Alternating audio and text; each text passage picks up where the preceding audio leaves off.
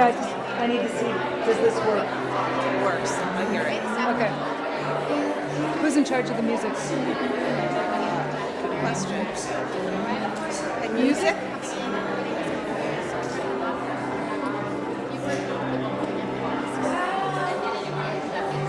Just gonna wait for the music to go down.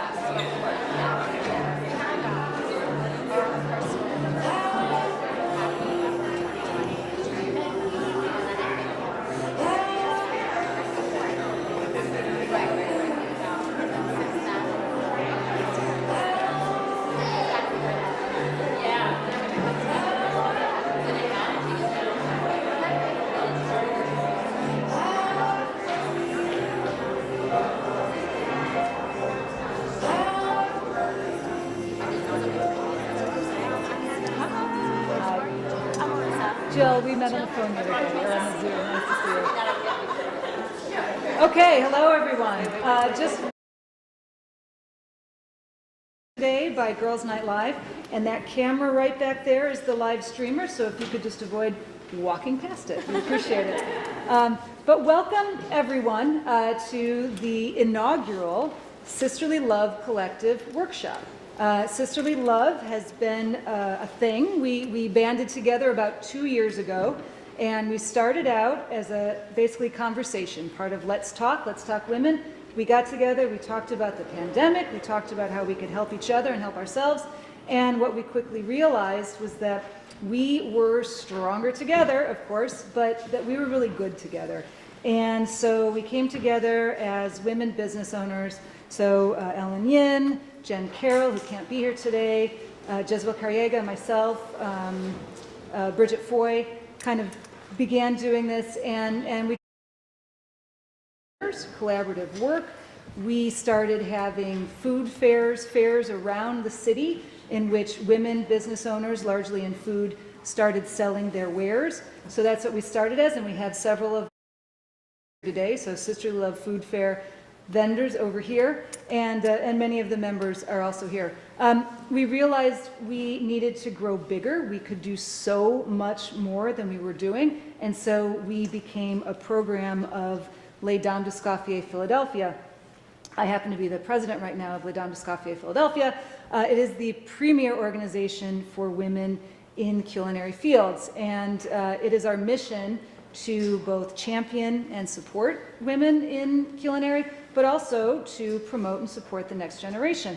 So it is really a melding and mingling of missions and opportunities to have Sisterly Love Collective be part of Les Dames d'Escoffier Philadelphia. And the beauty is we are a 501c3. So anything that happens at the auction that I want to tell you all about goes to our nonprofit and is tax-free. So we are holding an auction to further our mission, and we called upon all of our male allies in the business to help us out. So we have a bunch of dinners, private dinners from Zaha, from Le Cavalier in Wilmington, Hook and Master,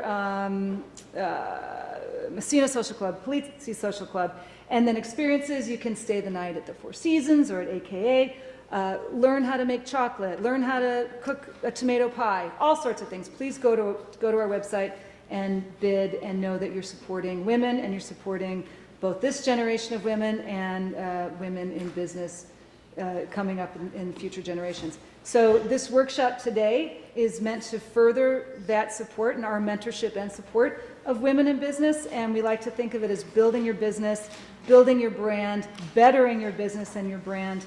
And I think there's something for people who are just starting a business and who have had one for a while to learn. Ellen?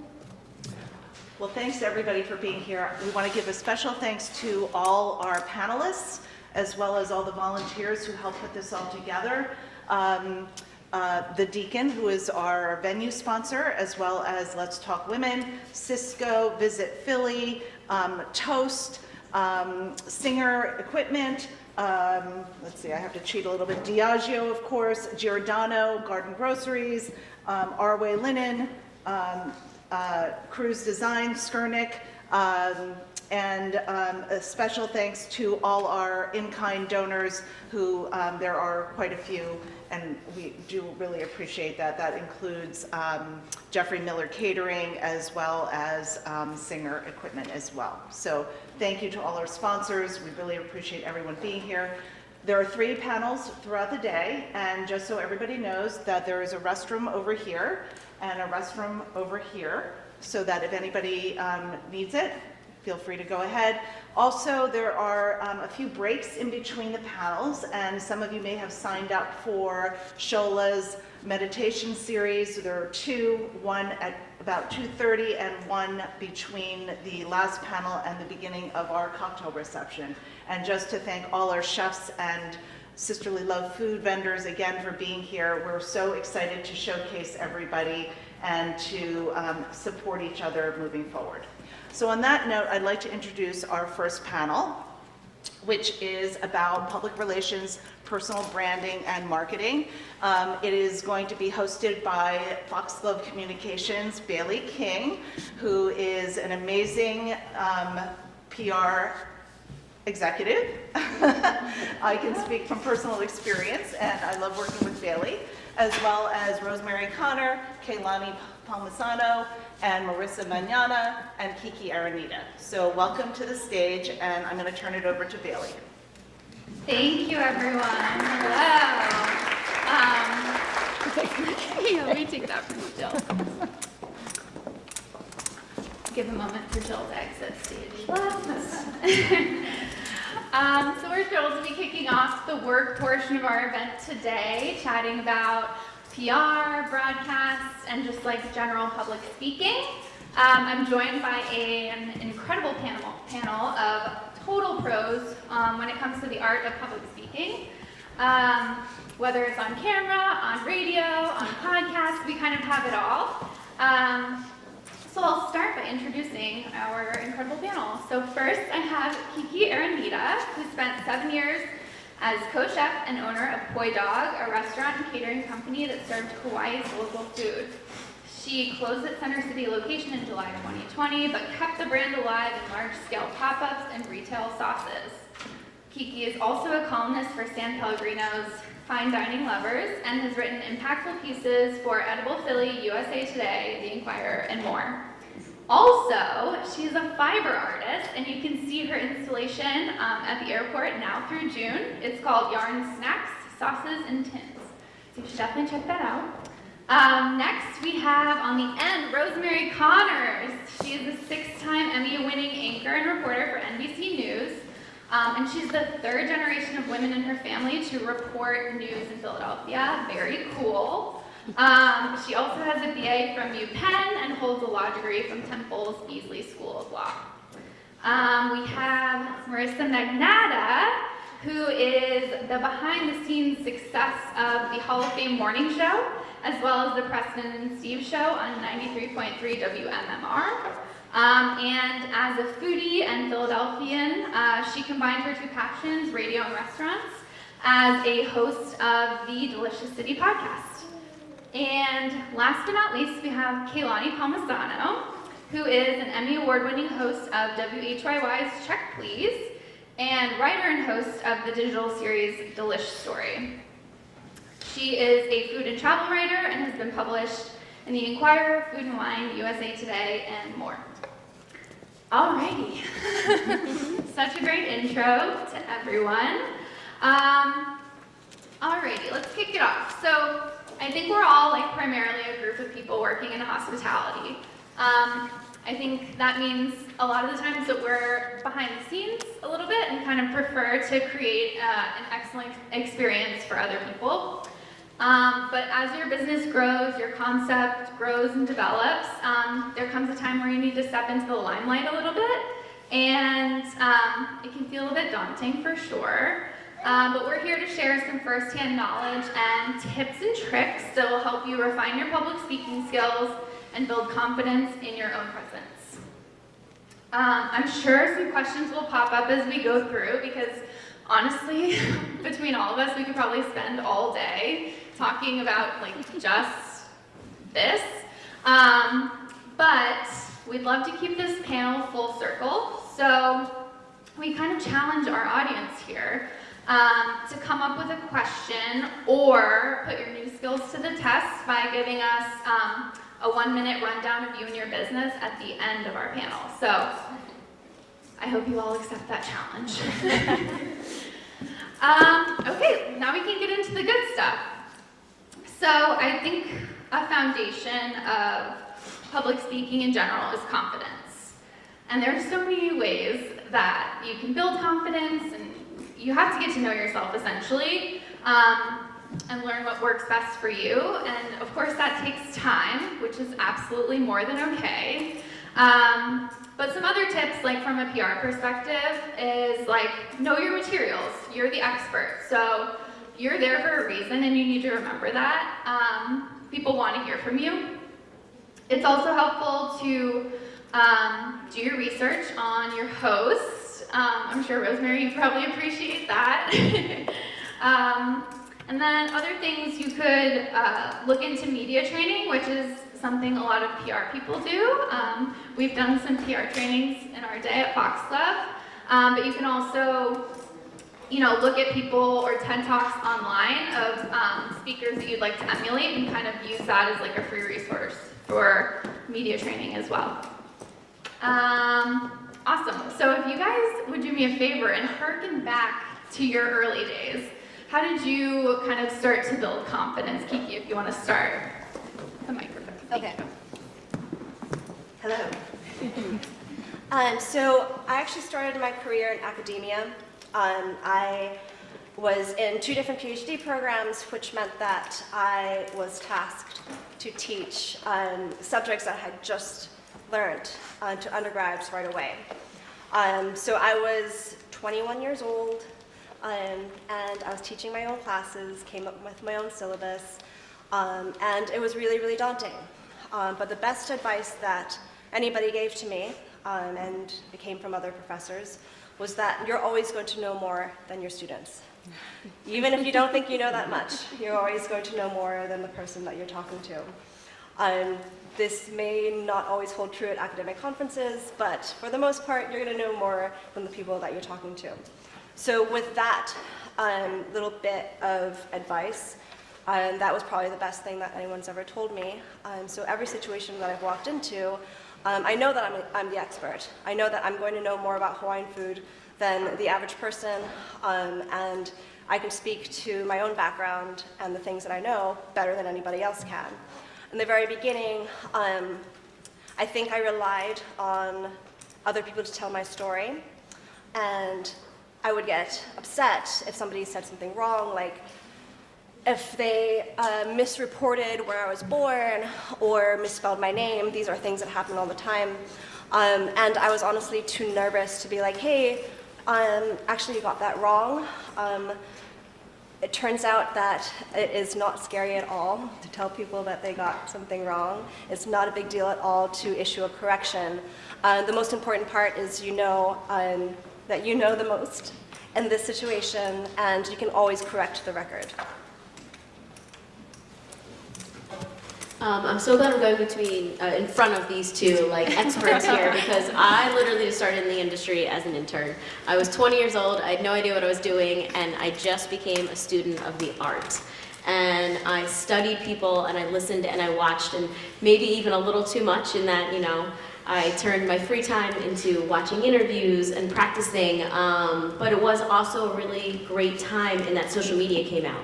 And I found my personal field to kind of latch on to social media early before a lot of my coworkers were, and it gave me a leg up in the industry in that part.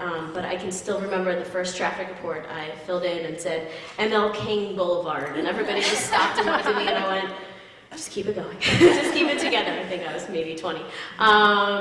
But so that's it. So, studying people like this that are sitting around me, and being at opportunities like this, taking every opportunity to practice and learn, was really the best way that I got started.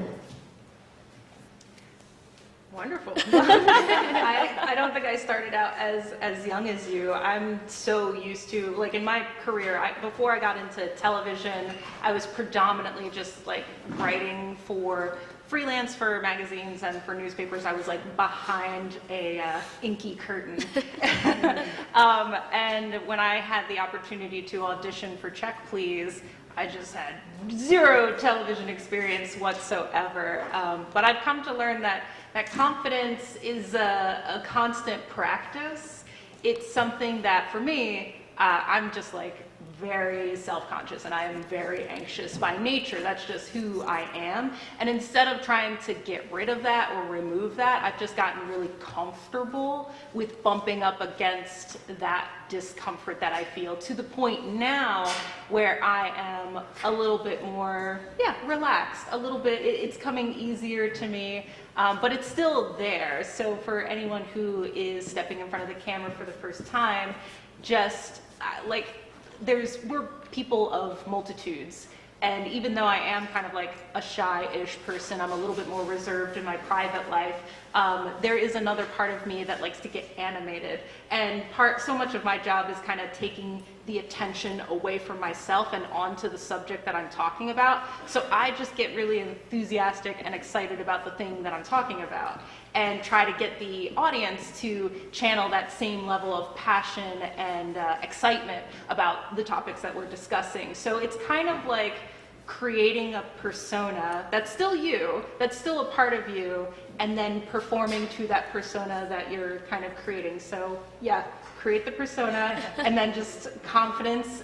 If it doesn't come naturally to you, that's perfectly okay. Just get comfortable with bumping up against that discomfort. Yeah.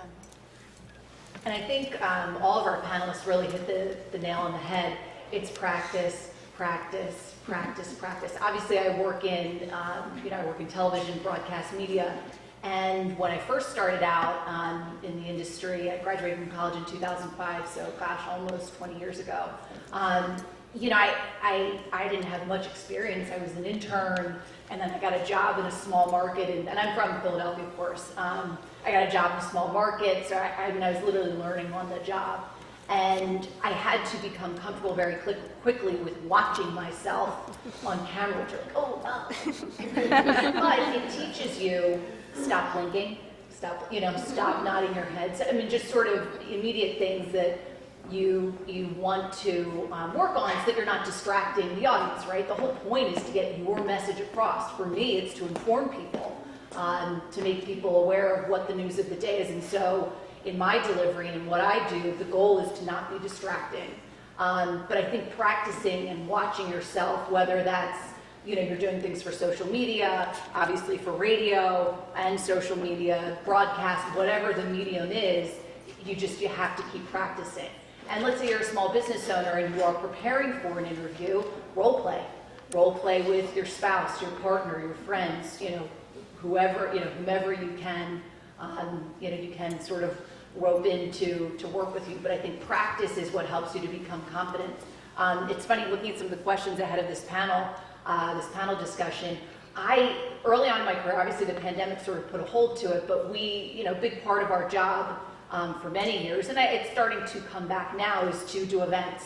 If our community relations team could sign us up for events every day, they would, to MC or host or whatever, or lead. And that was very uncomfortable for me. I mean, I don't know if there's anybody in here who attended any of the events I hosted like a decade ago. They weren't right. Stop it. I was very nervous. I mean, for me, it doesn't come easily to speak in front of a large group of people. It seems strange, but when I'm working, I'm with a photographer and a camera, and that's it. I mean, I'm really not in front of a large group of people, and I think the only people watching are like my boss and my parents, and that's it. I don't think about other people, you know what I mean? So it took a long time to become comfortable speaking in front of a room of people, and I think the big part of it is know your message, know what you want to say. You are the expert, and you just have to keep kind of practicing, bumping up against, like you said, that level of discomfort and knowing that it's coming and sort of just giving into it in a way. And I think also your audience tends to be forgiving, right? I mean, if you're here, it's because people want to listen to you speak. If you're doing something as a business owner, whether it's you're giving an interview or you are hosting something, people are there to support you or learn from you. So I think that can certainly help with your level of comfort in sometimes these uncomfortable situations. Totally, and I think you guys can probably now tell why we could spend all day talking about this. But I'd love to hone in a little bit. I think we can move on to some like basic interview topics and tactics. Interviews 101, if you will. There's a lot going on in sort of like interview settings. There's a camera sometimes, there's equipment. It can be a little overwhelming. And mixed with nerves, it's really easy to kind of like, for lack of a better term, like black out and just kind of be like, wow, what am I saying? So I think there are some things we could share that can help you prioritize and avoid things. One thing from the PR perspective is to like always remember to stay on brand and like really hone in on your brand language. And then prepare what we like to call a home run sentence, which is like kind of just like a sentence encapsulating your call to action or like overarching message, and like kind of like lean on that to start and end your speaking engagement. Another technique is the answer bridge message technique.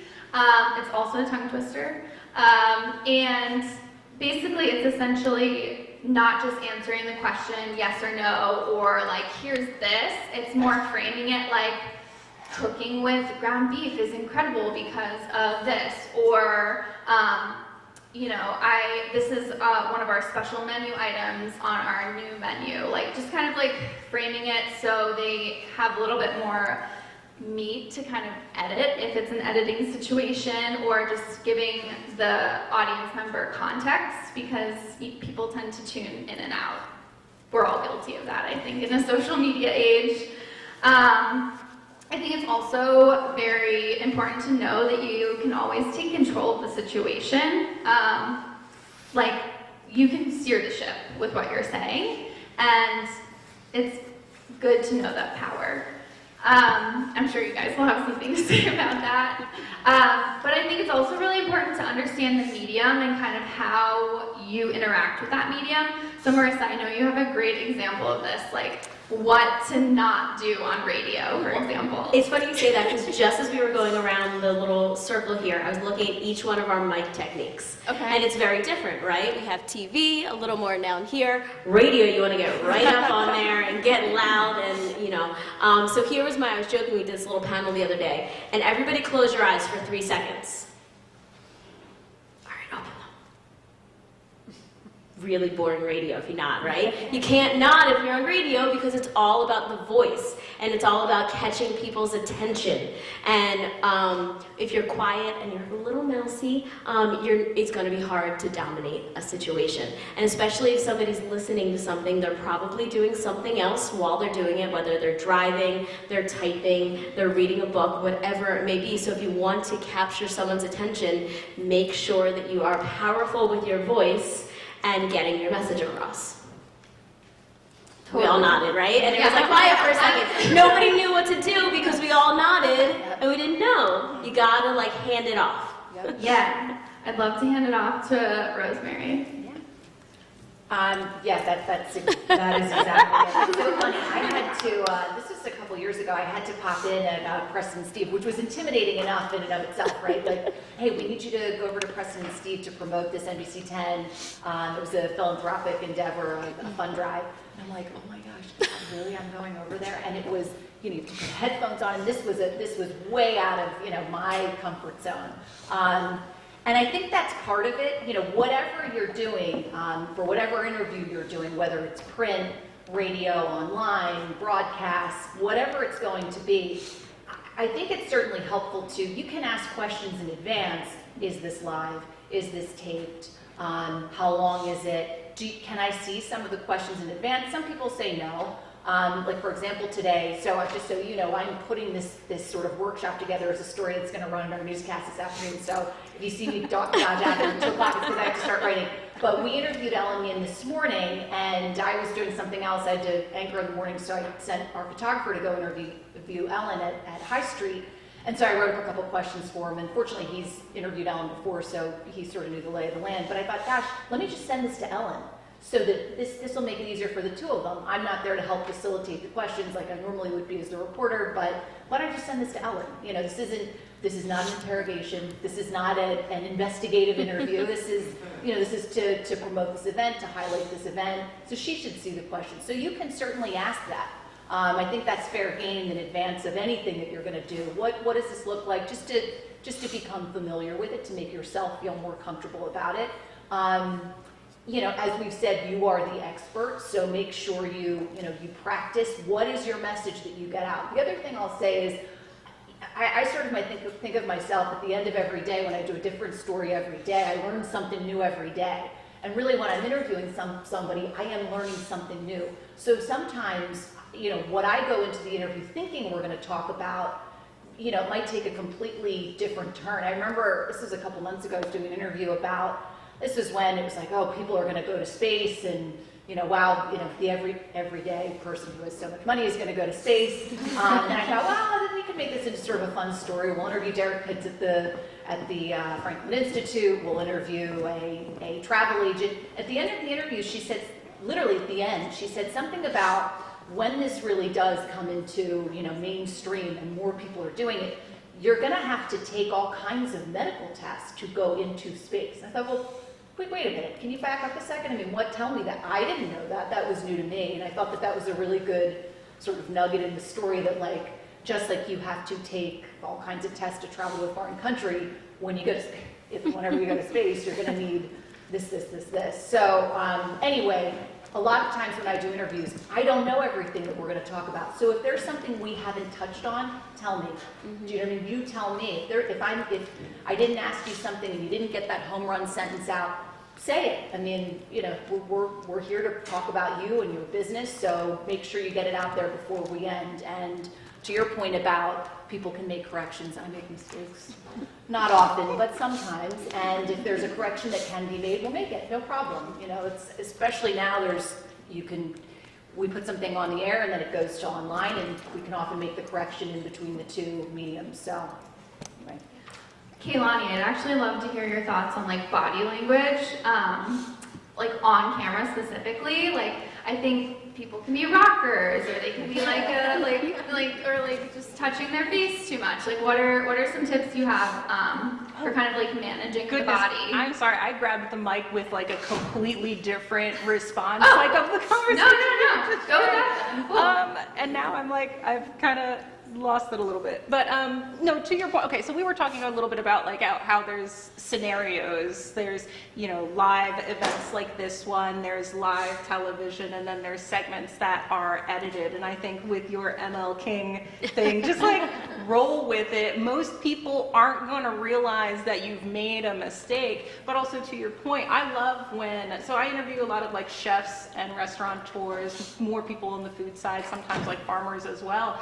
And I always love when they bring up some kind of like extra nugget of information that becomes almost like the heart and the soul of the story, or can spin off into its own story entirely. So usually I always end every single interview, even the ones where I'm like writing and not doing television, I always ask people, like, what is one thing you want people to walk away from the experience from your business or from your restaurant, from whatever, because you are kind of creating an experience, and that's usually where like the most beautiful statement is going to come up from. But I think if you go into your interview kind of prepared with that, like what is the heart and spirit and soul of your business, it could help you. But okay, so body language, sorry. No, that was juicy. Body language, I'm still trying to learn. Like, I'm like sitting here, everyone's got their legs crossed, like, I'm like, I just want to put my feet up here, and my palms are sweaty. I keep like passing a sweaty mic to you, Rosemary. Oh, I can't tell. I'm probably not doing that, so. Anyway, just trying your best not to, weave too much. I think on our call, Jen had a wonderful tip that I didn't think of personally, but it is a thing that I do, where you anchor yourself, where she said put more of your weight on one side of yourself, so it kind of anchors you, which kind of makes sense. I know that I've got gotten mixed messages, and maybe other people can tell me more about this, but I have like a media rep who's like, stop moving your hands, and then I've got my producers who are like, move your hands. Right, like you don't want to be like too locked. Yeah. So it's like, I don't know, now I just do whatever my hands want to do, whatever feels natural to me, and I feel like, especially on television, if you are animated, if you are bringing more energy to the story and you're not being like insane with your hands, it's more visually stimulating, it's more energetic, and I think like even if you think you are over the top, you most likely aren't. It's kind of like stage performers when like musical theater, they have to be very animated with their arms and limbs and things, but does anyone else have input of body language? I don't have a body language thing. I tend to talk with my hands. So I have to remember to breathe. I talk in very long sentences as a normal person. And more recently, my career has required me to interview other people. I actually just interviewed Lani last week for an article, which is written. But I'm very conscious of how long my sentences are now because even though if I'm dealing with something that's written, a lot of times I'm working from a transcript.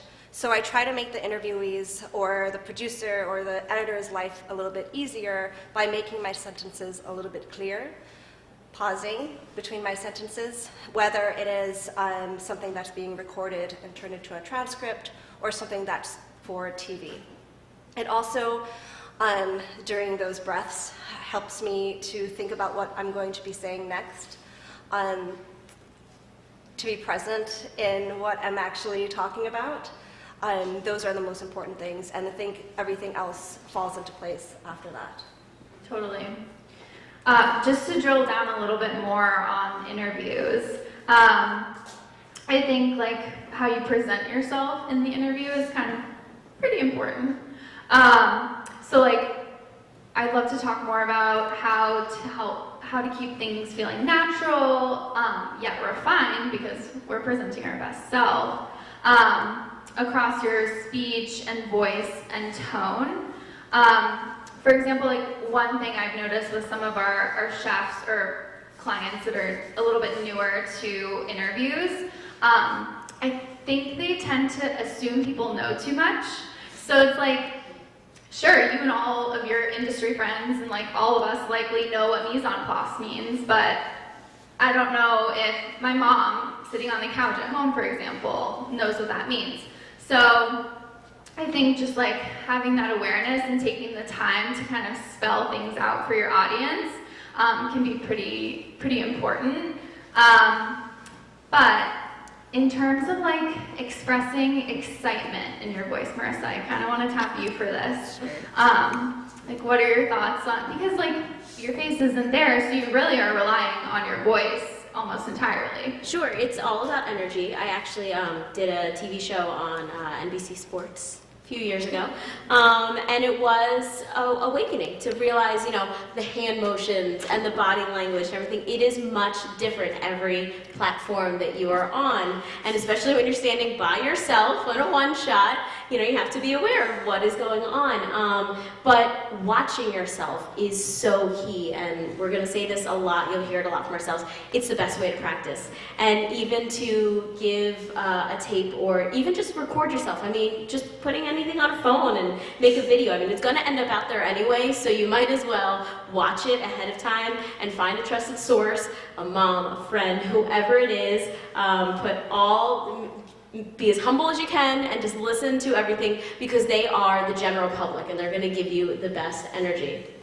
I did want to hit on something that actually happened to me personally just last week. You said, to be humble and understand that everybody might not know the restaurant you're promoting or the product that you're promoting.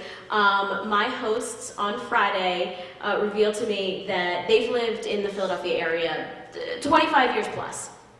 They had never had a termini cannoli. They did not know what Terminese was.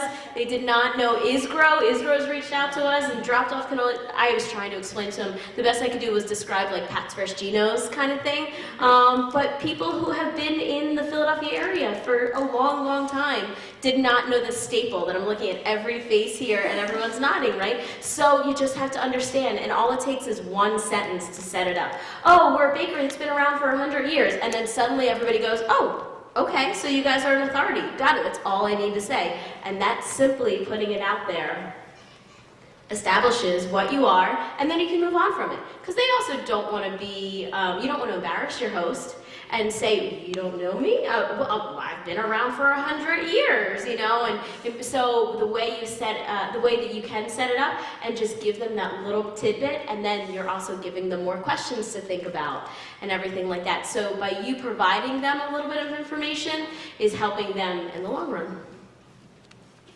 Kiki, I'd actually love to hear from you, like, on presenting your brand in interviews, like, kind of like, from that perspective. Like, what are your thoughts on just, like, communicating your brand in an interview, for example? So first of all, it depends on what the interview is, and we've spoken already about, like, you have to know your medium. That is extremely important. And depending on the medium, you may be prepared for what you're going into. So for example, every single time I go on TV, I communicate with the producers, there's a back and forth. I have a standard list of questions like, what would you like me to wear? What do you want me to prepare in terms of food if I'm doing a cooking segment? And I think about like, all right, what props should I bring? So for example, I have a sauce business. Even if I'm doing a cooking segment on TV and it has nothing to do with sauces, I'm going to bring my sauces. It's free product placement. I think about, all right, okay, so I can't wear other people's logos. Well, maybe I can sneak my logo in there. And there are all these like ways that you can sneak your brand image and product placement into whatever segment you're doing. Even if it's not directly related to the thing that you currently are talking about. I'm the Chinese New Year girl on Philadelphia TV most of the time. Like, if anybody needs a Chinese cooking segment around Chinese New Year, for some reason, they tap me. So I'm half Chinese. Yes, I speak Chinese, grew up in Hong Kong and all that, but I don't think I'm the most obvious choice because people know me as being the girl who cooks food from Hawaii. So I try to make it a little bit easier for producers and the host that I'm speaking with to explain this. I explain like how there are many Chinese people in Hawaii, and I try to give them little tidbits about my background. I don't assume that they know my whole background going into the situation. But you'll typically get a sheet if you're on TV. They'll tell you what you should bring, what you should prep, and then you should think, this is not my only list. You need your own list of what your goal is to get out to the public. So I actually keep packing lists for TV segments on my computer. So whenever I go into an interview, I'm like, all right, well, this is what I brought for these last segments. I also think about not repeating outfits so that if for example, sorry to talk over myself, when I was the chef in residence at Volvaire, I had like 5 TV segments back to back. And if the PR company put out all these 5 segments, even though they were on 5 different channels, it would look like, if it was posted on my Instagram and Facebook, it would look like it was just one clip. So I brought 5 changes of outfits, and I ran to the bathroom in between every single cooking segment and changed my clothes. The anchors were very impressed. But I had thought about this in advance because I went through my previous clips, I went through my previous packing lists, and I wanted to make sure that there was a clear differentiation between each of them because those were 5 different opportunities to get different aspects of my stories out there. But producers will help you out, the host will help you out, they'll tell you where to look. A lot of times they'll tell you, don't look at the camera, you're creepy, look at me. And yeah, and then you can ask them those questions too, like, am I speaking into the microphone loud enough? Can you hear me? Where should I be aiming my gaze? What part of the table should I stand on? These are all questions that can be best answered by the host or by the cameraman. Can I add just like 3 things that really quickly, I promise. One, with the outfit thing, I love that. But secondly, guys, don't freak out over your outfit choices. Anything that you do is going to be a flash in the pan. It's going to exist for a moment, and then you're going to move on and have 10 more segments after that. So don't go crazy trying to pick out outfits, I promise. 2, make sure your social media is reflecting whatever it is that you are promoting. If you are doing this, if you are hosting this event, for instance, make sure this event is somewhere on your feed. Because me, as a producer, my primary job is behind the microphone, I'll say. I need to know what it is you are promoting. Give me an easy way to find it. If not, I'm digging through your social media to find other things, or I'm just gonna start looking at a photo of you in a hot tub last week, and then that's gonna be the question we're asking, right? Oh, I forgot my third one already. I'll move on. No, it's okay. We can let's dig into social media since we're on topic. It's everyone's favorite topic, right? Or like least favorite, depending. But, you know, as you kind of suggested, like, it seems like social media really is like your resume of sorts these days, and like almost as important as your website. Maybe sometimes more important, depending on like what you're pulling.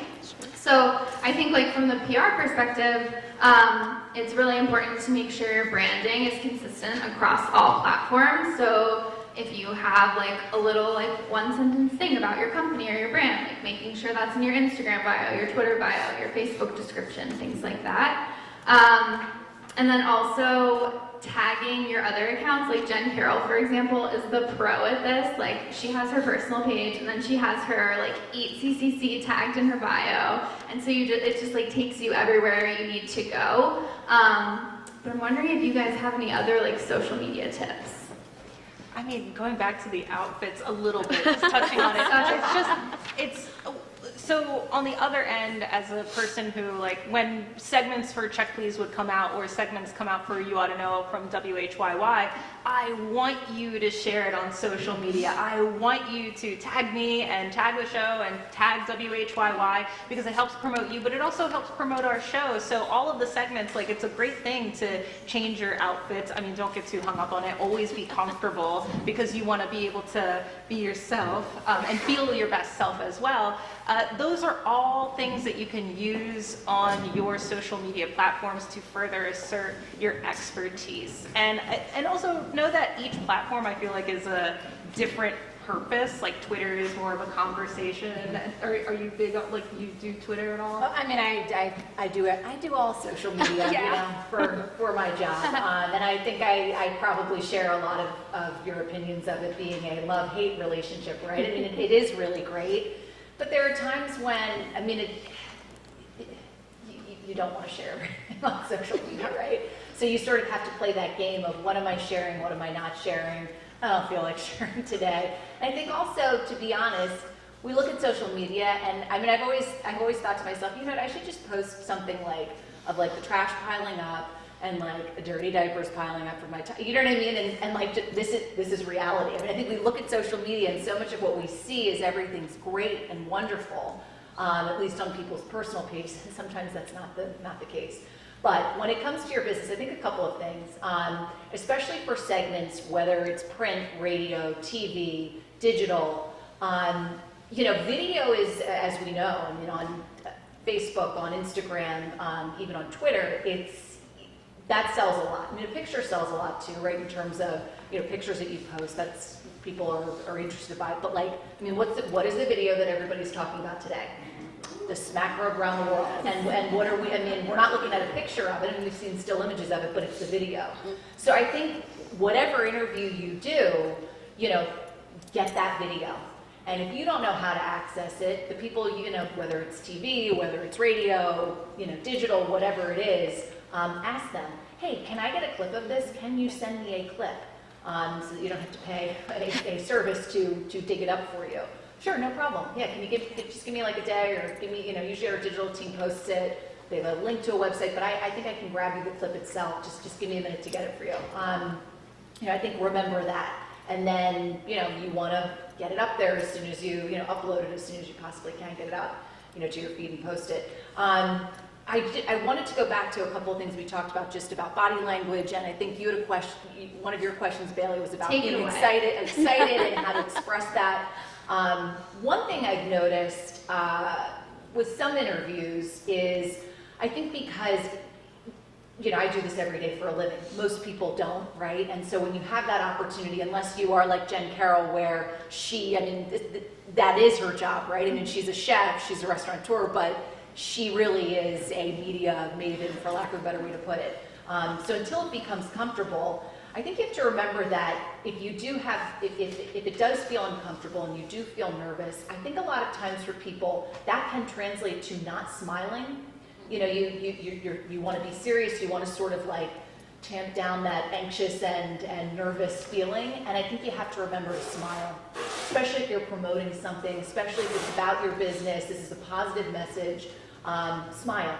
You know, I mean, obviously there are moments when it may not be appropriate. Let's say you're involved in something that's related to the Ukrainian effort, which is a very serious topic. You know, you certainly have to know the right facial expressions, all that kind of stuff. You know, figure out what you're going to be saying. But if you're promoting your business, if this is a fun event, we're talking about sisterly love, smile. You know, I mean, I think just keep that in your mind, that even if you feel uncomfortable or you feel anxious, smile. Back to the hands and the talking. I do this a lot. I get emails all the time from people like, you use your hands a lot. Our consultants that we have had come in, you know, we've talked about this at length, and I said from the outset, I never want to be distracting. I mean, I certainly don't want to be distracting to people. The whole point is I'm trying to inform you. But this is how I talk in my, you know, in my daily life. And I think part of, someone touched on it, when you are sort of speaking as naturally as you normally do, you're into it. You are, you know, as opposed to being buttoned up, you know, you are into the message you are delivering when you feel like it's really coming from the heart and coming from, you know, sort of your regular persona. So I think, you know, you don't want to be flailing. You don't want to be flailing, but you know, be yourself. Be as much of yourself as you can, even in this incredibly unique and probably unfamiliar circumstance, or you might have a light on you and a camera or whatever it is, or you're doing radio. And Marisa, I was so anxious that day. I'm like, oh my gosh, what's going on here? It was a new experience and gave me much appreciation, of course, for your medium. But yeah, I think just a couple of those things. Just remember to smile, obviously when appropriate, and certainly if you're promoting your brand or your business. And in terms of social media, get that video. Just whoever you're working with, hey, can I get a clip of this? Can you get it to me tonight? You know, yeah, sure, no problem. Just give us a minute. And if I forget, then remind me. Can I add to that part? Yeah. So articles don't live forever on the internet. Links don't live forever. If an article comes out about you, save it as a PDF right away. I have done dozens and dozens and dozens of interviews for Zagat. Yeah. Hi. He's former Zagat writer. That were beautifully written, that I regrettably don't have access to anymore because they're changing the whole platform. And so I learned that lesson. PDF every single thing that's come out about you, and then you can screenshot that, put it up on your website or on your social media. But get a record of every outlet that has covered you. Back to the outfit thing, I'm not a clothes horse. I use Rent the Runway. It's very, very helpful. And another thing is make the lives of the producers and writers that you're working with who are taking the time to tell your story, help you tell your story, make their lives easier. So I have a Google Drive that changes about every 6 months or so. Headshot, bio, CV if you need it, other press clips, a rotation of photos that are of my product, of the food that I make, whatever people typically ask for. And the file names of all of those photos have the photographer's name in them so that they can properly credit the photographers. Because the last thing you want to do is send off all this information, have it go up on a website and not have the photographer properly credited, then have the photographer come after you being like, hey, you know, remember I did that photo for you. Make sure that everybody's properly credited and that everything that you need to give to a producer is in one place. for those things too, when you do send them to the producer, it perhaps reminds the producer to promote it. You might not promote it if you don't have that promotional information. If you just have a press release with no photo, there's nothing to share. So you're just going to pass it on. But as soon as you receive the photo, you might think, oh, this is promotable, and whatever it might be. And secondly, you all have recording devices like in your pocket right now.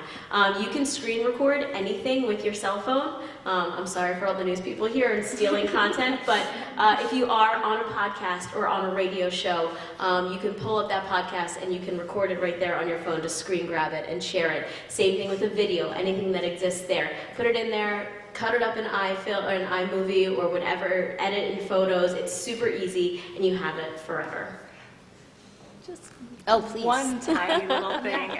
Going back to confidence building, all of these clips, all of this is validation of your expertise. And yeah, it's important to go back and look at your work as well so that you can continually improve. But I have a folder on my computer just for me called My Biggest Accomplishments. And it's like, anytime Chef Ramsay tweeted at me, or like little thing, anytime that like I got like a little bit of a smile or something that was like a big milestone, I just keep it in this folder. And anytime I need a little boost of confidence, I go into My Biggest Accomplishments folder on my desktop. I love that. Love that. Love that. Hey, Lani, I'm actually so glad you have the microphone right now because I wanted to ask you. So Kiki talked about what's essentially like a press kit, which is super helpful. Everyone should compile that after this, please. But I wanted to ask you, like, in terms of being pitchable for print pieces, like, is there anything on top of that press kit or anything you would add to the press kit that would make a person or a business highly pitchable for print? Oh, that is a really great question. All of those assets in one place does make my job like a lot easier because I've done guides and things for the Philadelphia Inquirer, and those can be upwards of like 15 to 20 different places that we need photos for, that we need all of the links for. We need what your hours are, what your hours are, your opening hours, your phone number. A lot of data goes into those Philly Inquirer guides. But in terms of something that is pitchable, I think with print and with a lot of magazines and things, it's a timeliness peg. So if you know, International Women's Month, there's lots of stores. If you have something that is an angle there, or it's pegged to a holiday, or if there's some type of cultural tradition that happens during a particular season, we want to know about those things. I want to know about, you know, Chinese New Year traditions. I want to know a little bit more about, like, Eid is coming up, and so I did a segment with a Lebanese bakery out in West Philly for Eid, and what are the traditional foods that coincide with those holidays. So if there's some type of special dish that you have or a special product that you have that's coming out with a particular time of year or season or event, let us know. Send me an email. That's always really helpful. Can I just ask a really quick question? Is there a good time frame for that? Is it 6 weeks out? Is it 2 weeks out? Is it 3 days out? I feel like it can be too soon or too late. Totally. So I have a couple thoughts on this. One, like, so for example, a contact of mine who is an emergency department doctor at CHOP, he had emailed me maybe 4 weeks ago, and I'm glad I saw the email because the way our emails work through Comcast, NBC Universal, anything that is not within the company, the subject line has in caps, external. So I don't, the first 7 letters, so like they all blend, and I'm never at a desktop, so like it all blends together on my phone. So I'm glad I caught this doctor's email. And he said, hey, you know, I just want to send this to you. Some colleagues of mine from CHOP, we are in a band called Osler Circle, and we play Beatles music, like with their Beatles like tribute band. And we have a concert coming up in Ardmore, and it's to raise money for CHOP and for much needed research. And I'm like, this is great. This is a great story. He's like, yeah, it's coming up in 4 weeks. I'm like, all right, I'll send it to our assignment desk today so they can put it in the planner. But do me a favor. On the morning of, send me a text at like 8:30 in the morning because we have our planning meeting at 10. This is on Sunday. Send me a text so that I remember. I mean, for us and certainly for I mean, I think certainly for us, for broadcast media, but for all kinds of media where we're all on a 12-hour, 24-hour cycle, I mean, and certainly for us where breaking news can break into that cycle, it definitely helps in advance, but really we don't make decisions until the day of. I mean, there are some things that, like I have a shoot for this Wednesday that like has to get done by hook or by crook, but more or less we really don't make decisions until the day of. Some things that are segments we do plan out in advance for some of our different programs, like with Billy Live and our 11 a.m. newscast during the week has set segments that they set up in advance. But some things are day of. So certainly sending it out, you know, a few weeks in advance is fine. I mean, if you've got it 4 weeks in advance, great. If you don't get it till hey, we got something coming up in 2 weeks, that's fine. But you definitely need that reminder as well. If it's something that's more like the day of, if it's something that's set up in advance, that may take a few weeks to kind of get the ball rolling with the producer. I think for pitching your business, back to your point, it is about, I mean, you have to remember that because we are on a 12-hour, 24-hour cycle and, you know, we're constantly getting pitches. Think about what, I mean, for me, for example, we're news of the day in the news. So what is happening right now? Well, Will Smith is significant. I got a pitch this morning about I mean, I think this was from some national group about like a psychologist or somebody who talked about narcissism or something to that effect about related to Will Smith. I'm like, what? I didn't even have a chance to read it. But I do know one of our reporters today we have a couple of reporters tackling this. She's speaking to a doctor about alopecia. So, I mean, I think about that too. What's happening in the world? What's making news right now? What's interesting? Is there any way that my business ties into this? Sometimes it is about your product or a special time of year, an event coming up, but also maybe you have an employee who's of Ukrainian descent, and maybe they're doing something interesting. So maybe the story is more about your employee, but we're going to mention your business anyway. Do you see what I mean? But we're going to mention your business anyway because we're doing this story, right? So like there are a couple of ways of going about this. Sometimes it's a straight pitch about your business, but maybe there's a side angle to what you're doing or somebody you work with that, you know, is timely, would make the news, would be of interest. And that's another way to you know, sort of get your business's name out there. I just had one more point that I wanted to make because I got to get moving in a minute. Sorry, guys. And if you do want to reach out to me, please do. I am on social media, Rosemary Connors with NBC 10. One more point I wanted to make about making the job easier for the producer, for the host, for the anchor, the person who's interviewing you. Look, I mean, I'm amazed that this room is packed, not because this isn't a great event, but I'm sure you all are busy. Everybody is incredibly busy between your personal life, your work life, the pandemic and all that has changed about our lives. So everyone is busy. Marisa, you know, she was working up until the minute she got here because her morning has been filled with Will Smith, Taylor Hawkins, right? You had a great post. I know, I saw that. The Foo Fighters drummer who passed away over the weekend.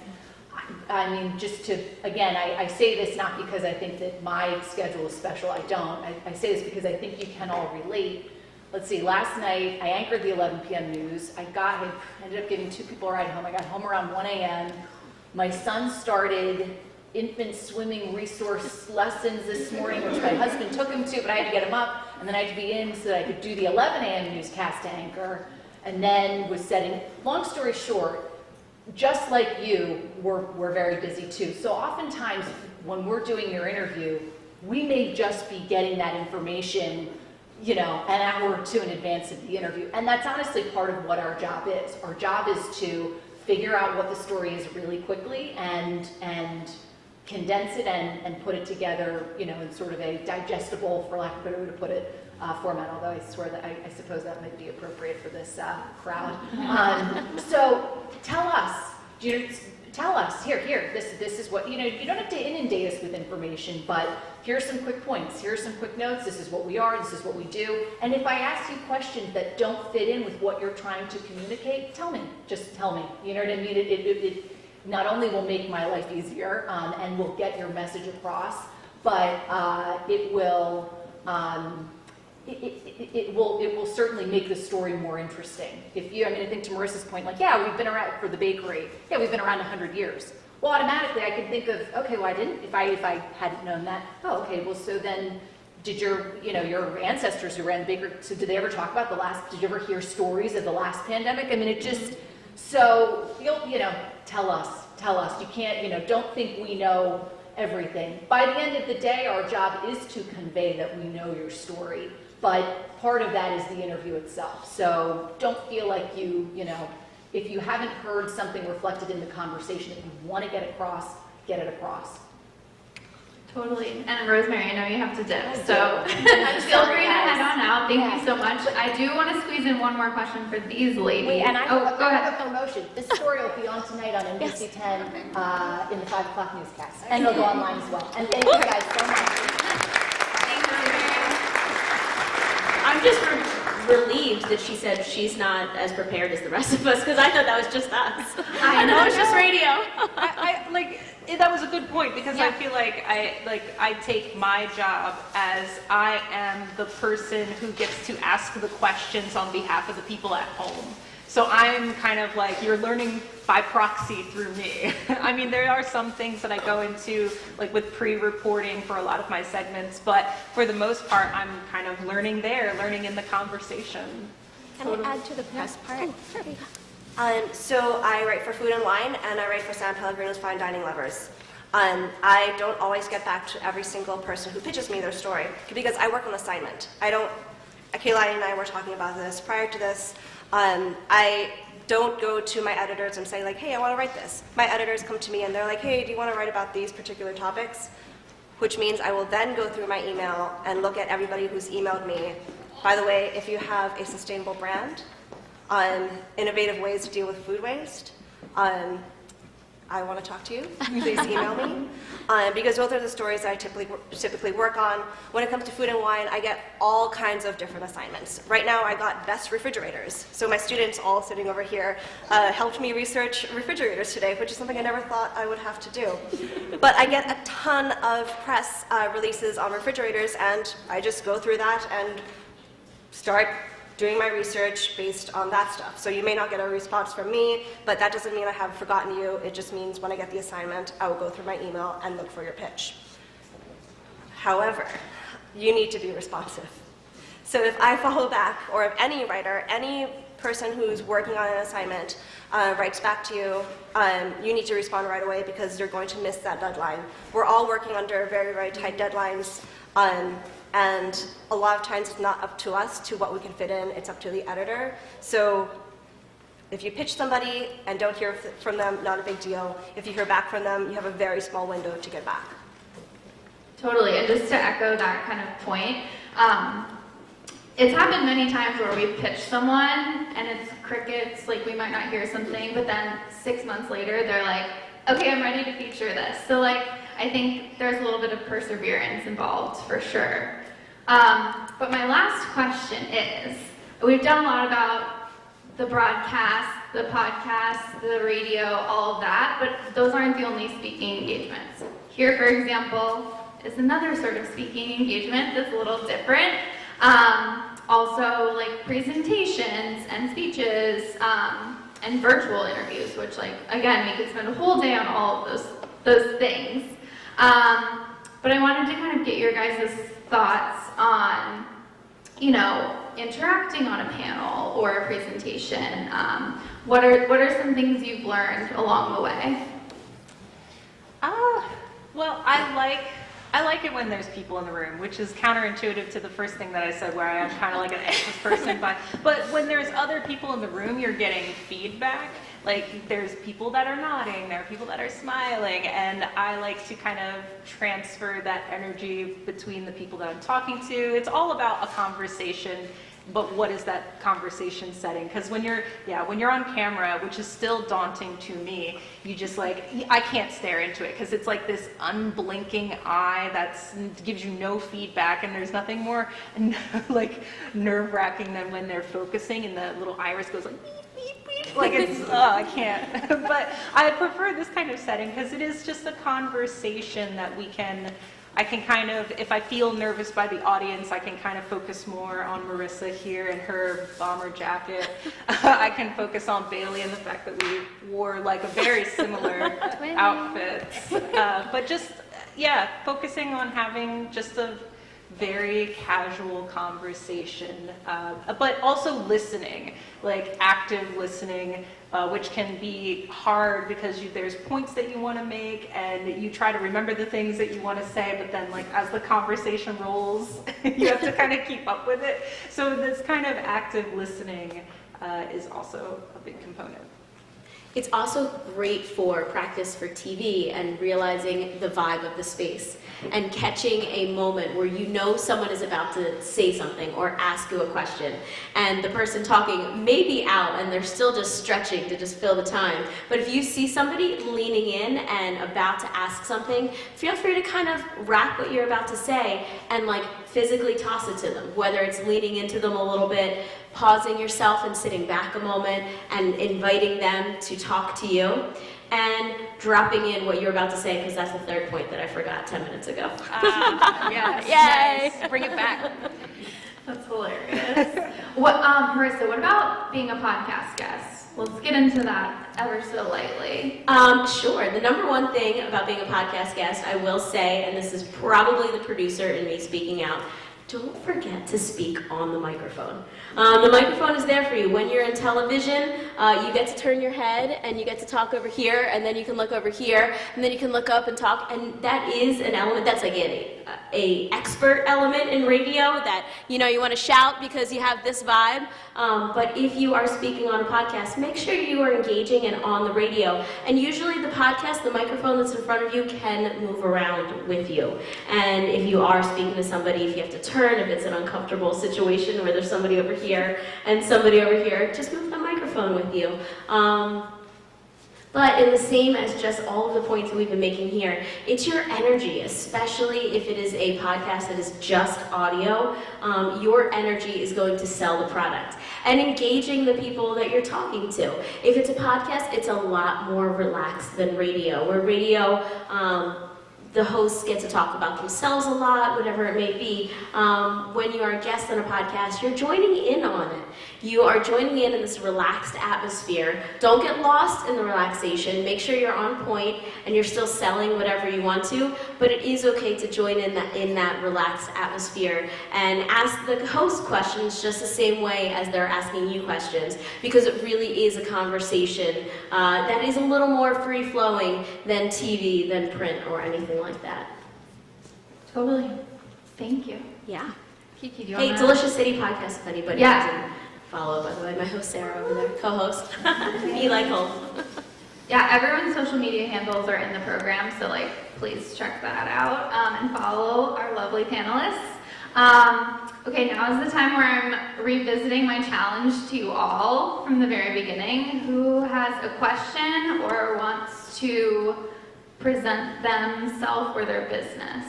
I know there's someone. There can't be no questions, guys. Jill I'm Weber? gonna do this. I'm gonna. Okay. I Yeah, get you over go here. ahead. Oh, thank you. So you know I have questions, but and I think I actually forgot to say my name when I introduced myself, Jill Weber. Thanks, but I do have a question, and that's because I own restaurants, but I don't cook.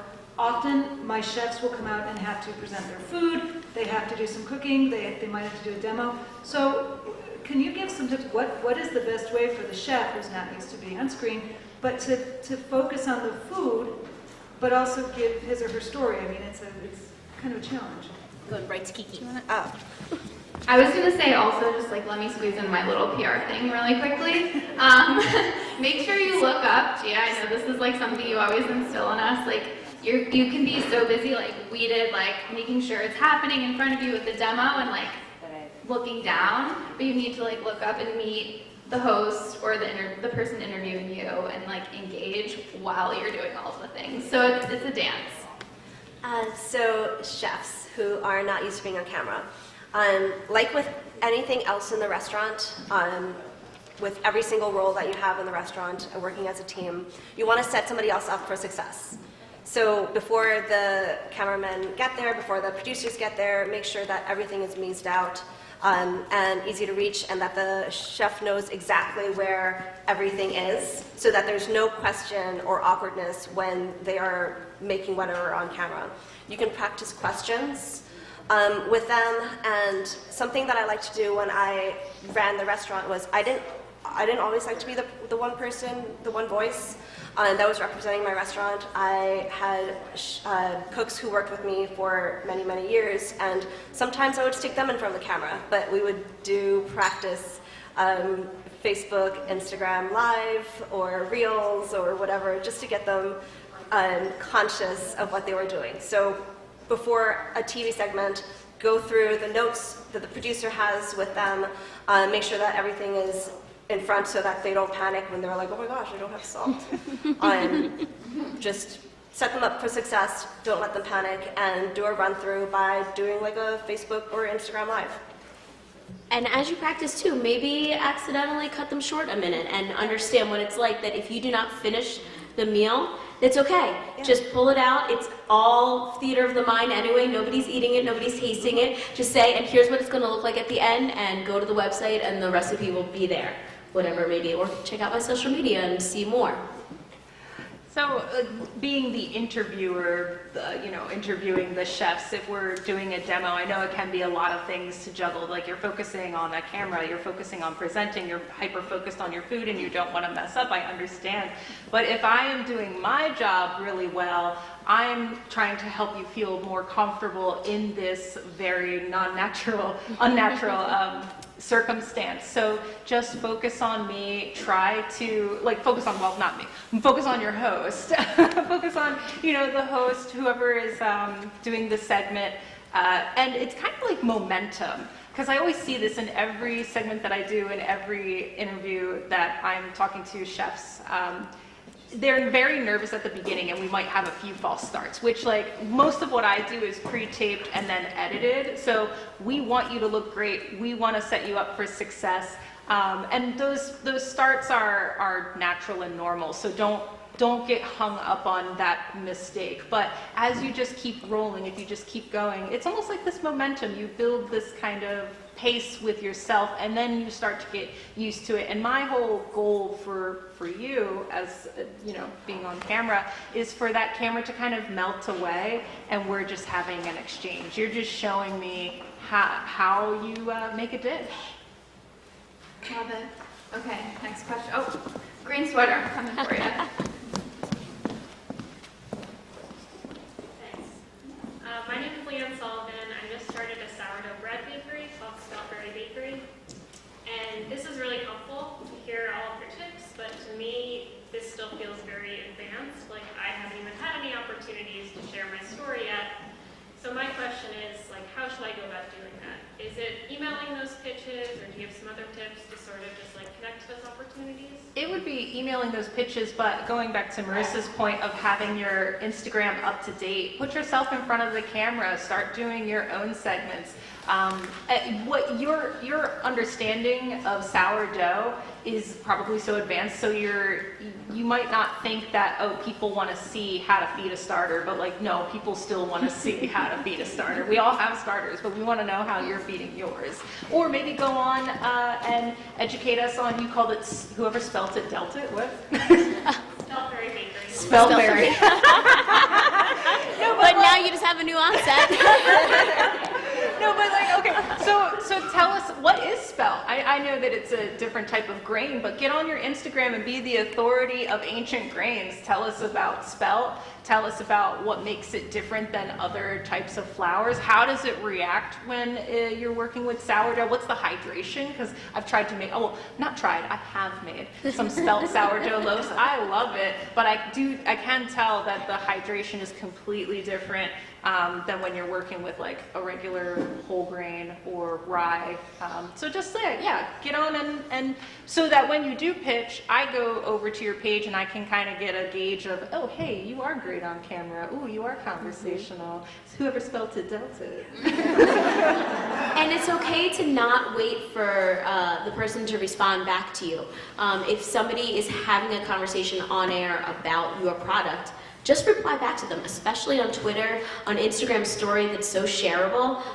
Then they're just going to put it out to their audience, and they're going to help you grow yours just a little bit more. They might not do a whole feature on yours, but that retweet, that reshare is going to be a lot. It's going to be a nice push for you, and it's going to put you in front of our eyes. And it might not just be the main brand, whether it's HYY or MMR, NBC10, whatever it is, but tag the hosts I was talking about it. Tag whoever the individuals were, and maybe if you tag 10 people, one will share it. Yeah. And collaborate. Team up with another business. We love that.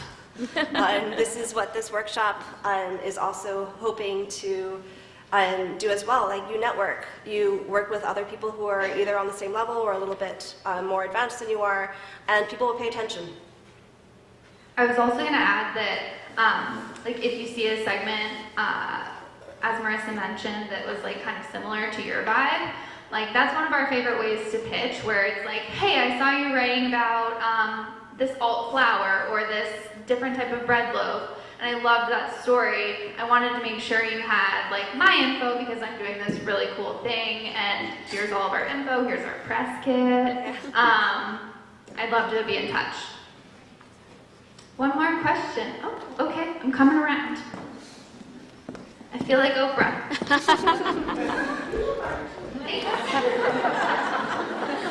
So this isn't a question, it's a little niche, but when the whole panel was talking about being on television, so I want to tell you something. If you are on a television show, and it's not like I've been on television a whole lot, but I have been on a few times, and pretty much if you're on a news show, they don't do makeup, but if you're on an entertainment show, they do makeup. If you're black, ask them if they ever done makeup for black people.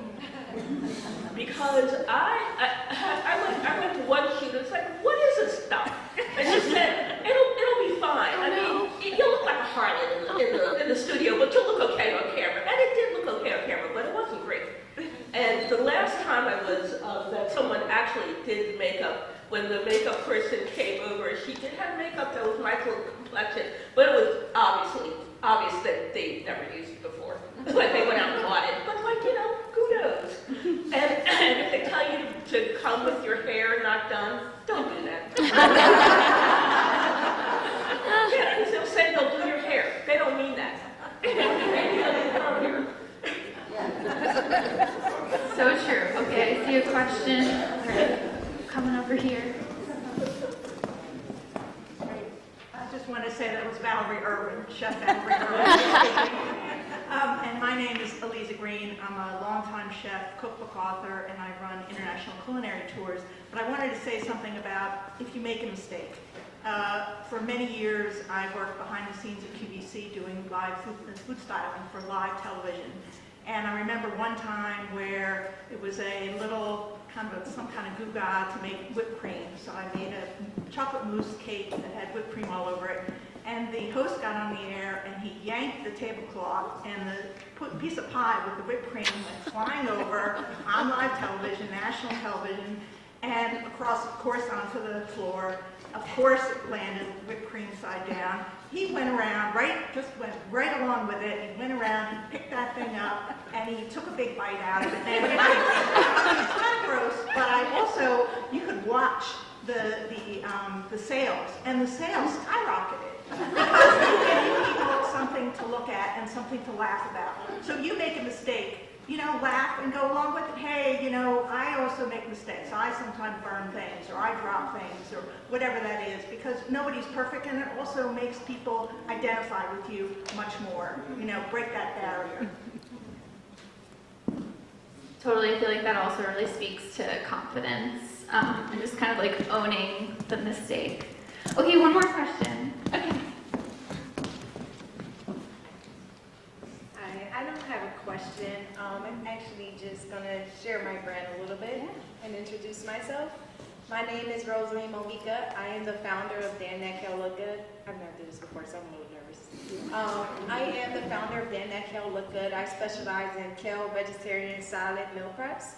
I started this journey about 2020, And I wanted to just change the narrative on healthy eating. I feel like that a lot of people just feel as though that healthy eating is boring, it's not fun, it's not tasteful, it's not enough bright colors, and it doesn't look as exciting to eat. But I just wanted to change the narrative. I'm here today to just be a sponge and soak up as much information as I can. I am only 25 years old. I do not have a brick and mortar.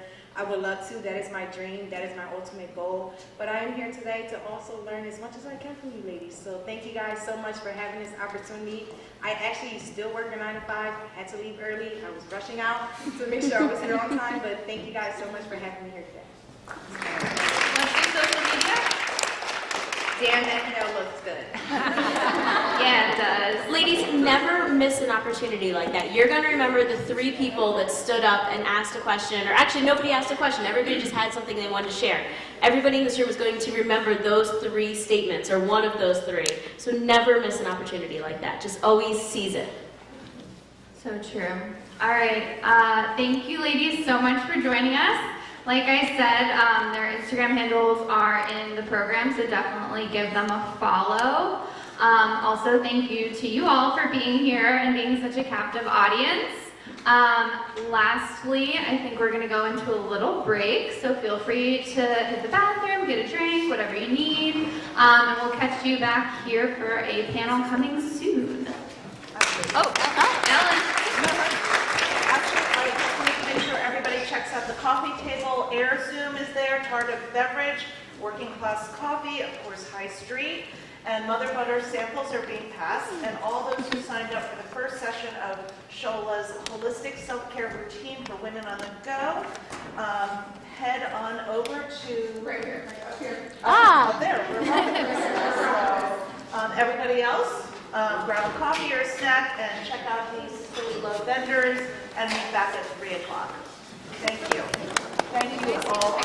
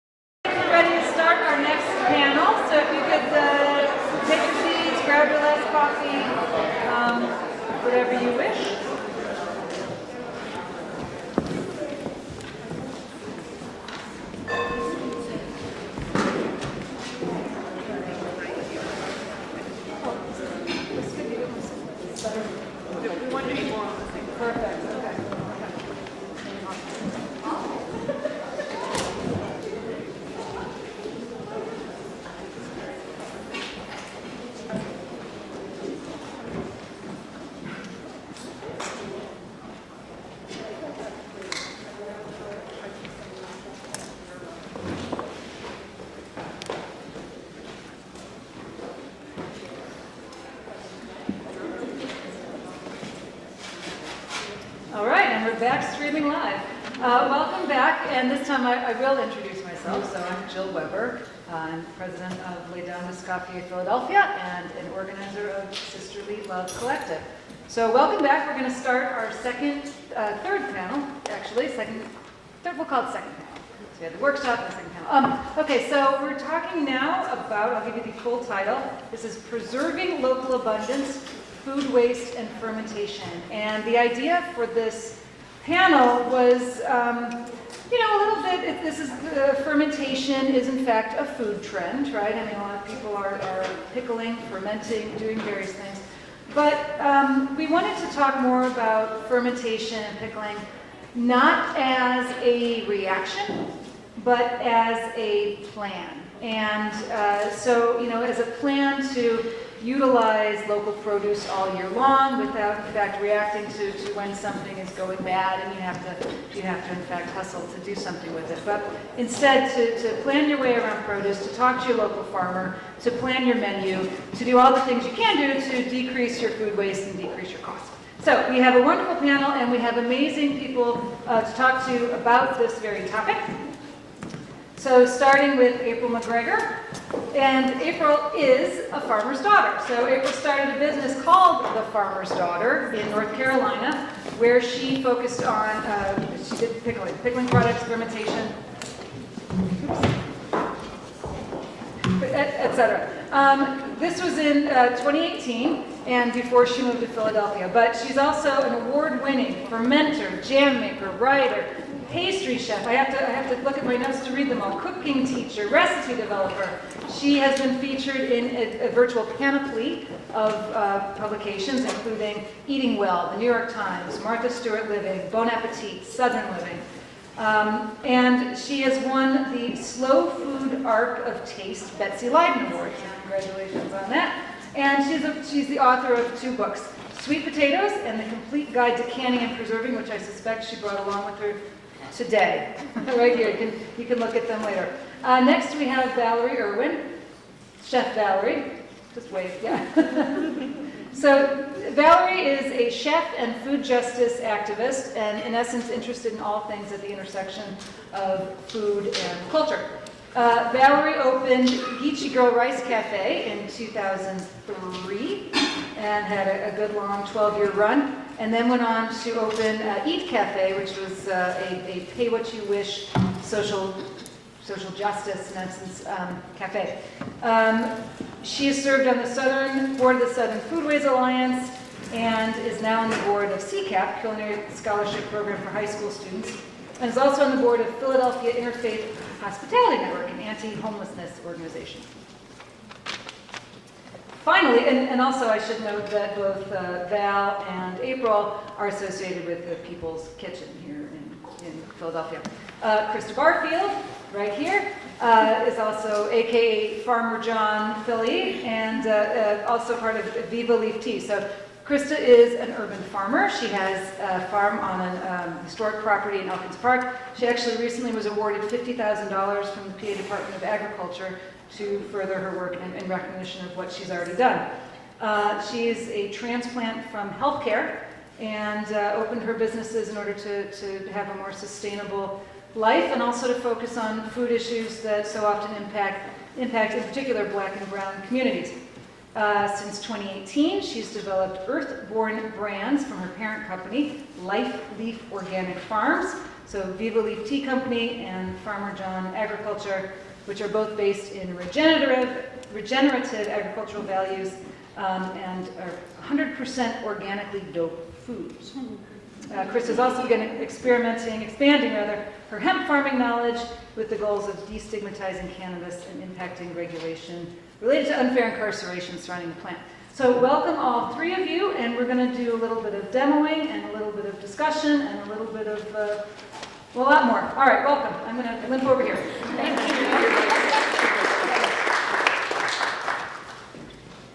Thanks a lot, Jill. And so, starting with myself, I have always been interested in food and culture. I've always been interested in farming, and particularly in local farming. And as Christa has been known to say, agriculture is culture. So I think of it as a really important part of the food system, and often it's a little bit hidden. So first, Christa, I wanted to ask you, Jill told us a little bit, but tell us how you got into agriculture. Yeah, certainly. So as Jill stated, my background is in healthcare. My degree is in healthcare administration. And I spent 10 years in that career, worked my way all the way up to right below the C-suite, and realized that I was completely miserable and wanted to make a change. Was not sure what that change was going to be. I actually went into work on January 2nd of 2018, sat down at my computer, read an email from my boss, and pretty much started a new thread that said resignation. And that's exactly how that morning went. I had walked into work ready for a new year and had quit before 9 a.m. So I did not know what the next steps were going to be. I always loved healthcare, always loved science. That was a major passion for me, especially being raised by a clinician. My mother has her doctorate of nursing, so I've been around medicine for all my life and thought that was what I was going to do next, but then realized when I decided to take a vacation to Martinique, very first time out of the country, right before my 30th birthday, and 3 weeks after quitting my job, I got on a plane by myself, went to this beautiful country, and was met there by two different hosts of my lodging. One was a Thai chef who made me cups of tea every morning using herbs right from his backyard. So I got to see him pick those herbs, put them in a cup, pour hot water, and create this amazing, wholesome beverage that just reminded me of what real healing is. And that was one Airbnb, and the next one I went to was in another part of the island, and it happened to be owned by Black farmers, unbeknownst to me. Both of those experiences didn't know that's what I was going to get when I walked in to those homes. So I feel agriculture really found me, and it really set the tone for my journey. And so I've known April for, I don't know, a number of years. We met at the Southern Foodways Alliance in Mississippi, and at the time she had her company, which is called A Farmer's Daughter, and she is in fact the daughter and the sister of farmers. And then her husband is from this area, and they moved to Philadelphia, I think 2018. 2018, he lives, maybe 2 miles from me now. And we have so many things in common that we have become fast friends. So April, tell us a little bit about your company. And she did close her company when she moved from North Carolina, but that didn't end her knowledge. So tell us a little bit about how your company got started and what kinds of things that you produced. Great, thank you. So yes, I started Farmer's Daughter with the idea of local food always being what I was going to focus on. That was in 2007. I came out of working in restaurants where I had been a pastry chef at Lantern Restaurant in Chapel Hill for about 6 years at that point. And it really started because as a pastry chef, we would constantly, and I was like sourcing all the fruit and things for my own menu, and farmers would constantly come in and say, are you sure you can't use just one more flat of strawberries? Can you take more? Can you take more? Can you take more? So from the beginning, I said I started my business so that I could buy more produce from local farmers. And that really is still how I really think about fermentation and preserving and those types of things. It's really about creating a market for that amount of glut, that during peak season moments of when, as Valerie says, all the farmers have the same thing, and so you're really just trying to make the most of it that you can in those moments, because there'll come times like we are right here in March when there's very little available. So if we can make use of that abundance at that moment, we can really pull that throughout the year, and we can create a larger market for those farmers where they're, not what they end up doing is like composting a lot of their vegetables at peak season moments, because there's just only so much that they can get rid of. So I think I answered your question on that. Does that mean? Well, tell us a little bit about tell us a little bit about how your company ran and what you did.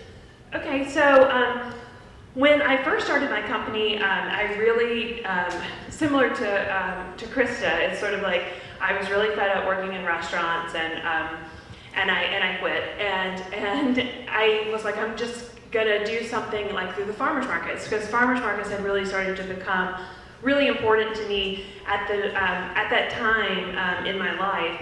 My father was going through filing bankruptcy as a commercial sweet potato farmer, and I was really just seeing the sort of tragedy that is commercial agriculture, and I was really inspired by a lot of the farmers there in like the Chapel Hill region, what we call the Piedmont of North Carolina, and really seeing, you know, this community building effort that was happening around food. So that was really my inspiration, and I got, when I started at the market, I was really known as a pastry chef, so I started at making morning pastries for market. And then I would look around at my neighbors at the market, and they would have an extra flat of strawberries, or, you know, 4 flats of strawberries, or, you know, they would have extra stuff that they weren't selling at peak season moments. And then I would say, okay, I'm gonna take this from you, and I brought it home and would make, you know, literally 2 cases of strawberry jam, and then I brought it back to market and then would sell it the next week. So it started very, very small, and I just grew my business over time. Around the same time in North Carolina, where they were kind of talking about aggregating produce and sort of creating these markets for more small farmers coming together and trying to create more of a constant supply. So when I closed my business, well, it didn't take that long, but after about 2 years in being in business, there was this company called Eastern Carolina Organics that was growing and was able to supply me with larger and larger amounts of produce, where they were getting it from the eastern part of the state, which is a lot warmer, and then, you know, time would pass and we would get stuff from the middle of the state, the Piedmont, and then the cooler mountains would sort of fill in those gaps. So where the produce of North Carolina was sort of running across the seasons and able to provide much more sort of a steady supply of produce that I needed to be able to focus on truly local produce. But from the beginning, I really operated my business very similar to the restaurants that I love and that I was working at, where it really ran like a chalkboard special, where I was really responding to what was being harvested and what was in abundance in local fields, and going with that. And then just sort of trying to create a market for it once I kind of saw what was available. So Christa, one of the things that you told me is you think about sustainability in 3 parts. You think about social sustainability, environmental, and physical. So I got that right? Yeah, okay. You did. And so I want you to tell us a little bit about how you think about those things. Yeah, so everything, when it comes to agriculture, I really do, it always comes back to health for me. And with the 3 categories that you just mentioned, to me, it's the health of those. So environmental health, talking about physical health, our bodies, and then also the social health, the social climate, including race and equality and equity. And so agriculture has a hand in all of those things, so it's really important from an environmental standpoint. The way that we grow our food directly correlates to what happens in our society, to greenhouse gas, carbon footprints. Very specifically, if we're farming the right way, we can make sure that we're impacting change on the air that we're breathing and the water that we're drinking. It's all for the better. And also farming in urban communities is needed. We have spaces to do so, and we need to start reconnecting the words food and farming back together, because they're so far apart in how we operate every day. Farming is really a part of our lifestyles. We just don't give any acknowledgement to it. So really what Farmer Jawn focuses on is making sure we are reintroducing farming back into the lifestyles of all people, especially in our urban environments. And so from a social perspective, farming is in everyone's lineage. You can go far back, and no matter who you are or where you're from, it's a part of your heritage. But specifically, as a Black woman here in America, it's definitely even more so important to me that I am highlighting the sacrifices that my people made being here as farmers, and, you know, when America was started. And it's key that I remind Black and brown individuals that the power that comes from holding soil, so that we can help to destigmatize and de-traumatize ourselves from not even wanting to be outside. The outdoors have been colonized, so we also focus on decolonizing outdoors, so that all people, every single one of us, can be comfortable in these spaces around food. And then physical health, right? The better we eat, the healthier we are, the more active we are, the happier we are. And you know, it goes back to when they started to implement in schools, specifically for children, the breakfast program, because many kids were coming to school hungry and not eating at all. But I want to take that even a step further. Like, what are we feeding them? If we're giving them a muffin that's full of fructose and, you know, processed, are we really helping them stay awake, or are we helping them to get a couple hours of boosted energy and then crash later? So we just have to be, there are changes being made, small and mighty, but we have to just go the extra step further. And so Farmer Jawn focuses on those 3 areas to really make major impact utilizing urban agriculture. I just want to mention that April is doing some demonstrations, so you can, I don't know if you want to talk about them as you're doing them, or if you want to start and comment later. But I don't want you to, I just want you to get started so that we can, you know, we'll have something to taste at the end. But one of the things that I wanted to talk a little bit about harvest and sort of the idea of how to make the most out of the harvest. I will take this opportunity to say that Farmer Jawn operates as a CSA, and they still have a few slots left. There's a poster down there on the glass table that has a QR code, so, you know, if you don't have your CSA hooked up for this summer, and you don't want to be in the middle of the summer wondering where your tomatoes are. Or where they're coming from, or if they actually taste like a real tomato. You know. Now's your opportunity. But so I wanted to talk a little bit about, so I know that because you're doing a CSA, maybe you have fewer issues than farmers who just take a product to retail with what happens to the crop. But how do you handle that, and what do you tell your customers when they're tired of seeing cucumbers for the 4th week? Yeah, so I am definitely a farmer who takes the full benefit of being a CSA farmer is that I can grow whatever I want, and I can give you whatever I want to give you, because a part of that is the education that I'm also giving you. So yes, I'm going to give you things that you're comfortable with working with, but I'm also going to make sure you see some things you're not, that you've never seen before, because as much as health really does align with tradition, and so if I keep giving you things that you're used to, you're going to keep eating the way your family has for however many years. So I want to, you know, expand your horizons, introduce you to some other cultures. I love Asian food, you know, so like introduce you to something like ube is something I'm working on growing for Tita Emes. And that's what I do to help combat food waste, is that I don't grow a multitude of food and try to sell it at market. I partner with organizations, companies to create a product that is seed to shelf, or a product that they can use with whatever they're doing with their culinary business. And that, because we're custom growing, there is less waste than it would be. And for the CSA, the way our CSA is laid out, I do not hand out boxes of produce. I lay out all the food for the week, and then you come with your bag that you are expected to bring each week, and you fill your bag of produce with what you think your family is going to consume. And whatever is left after all 75 of my members are finished that week, it goes to a local pantry. And that's really how we combat, so we don't have a bunch left over. And do you have a way to deal with agricultural waste? So this thing is, you know why? It's because I'm not tall enough. So I'm sitting, but my lap isn't horizontal. Do you have things, you know, plants that you have to cut down in the field and things like that, and how do you deal with that? Yeah, so compost is a major thing. The way I'm a regenerative farmer, which means that I use the herb to protect the earth and to take care of itself. So when I cut crops, if it's the end of the life cycle of that plant, I'm literally chopping it at soil level and leaving it on the ground.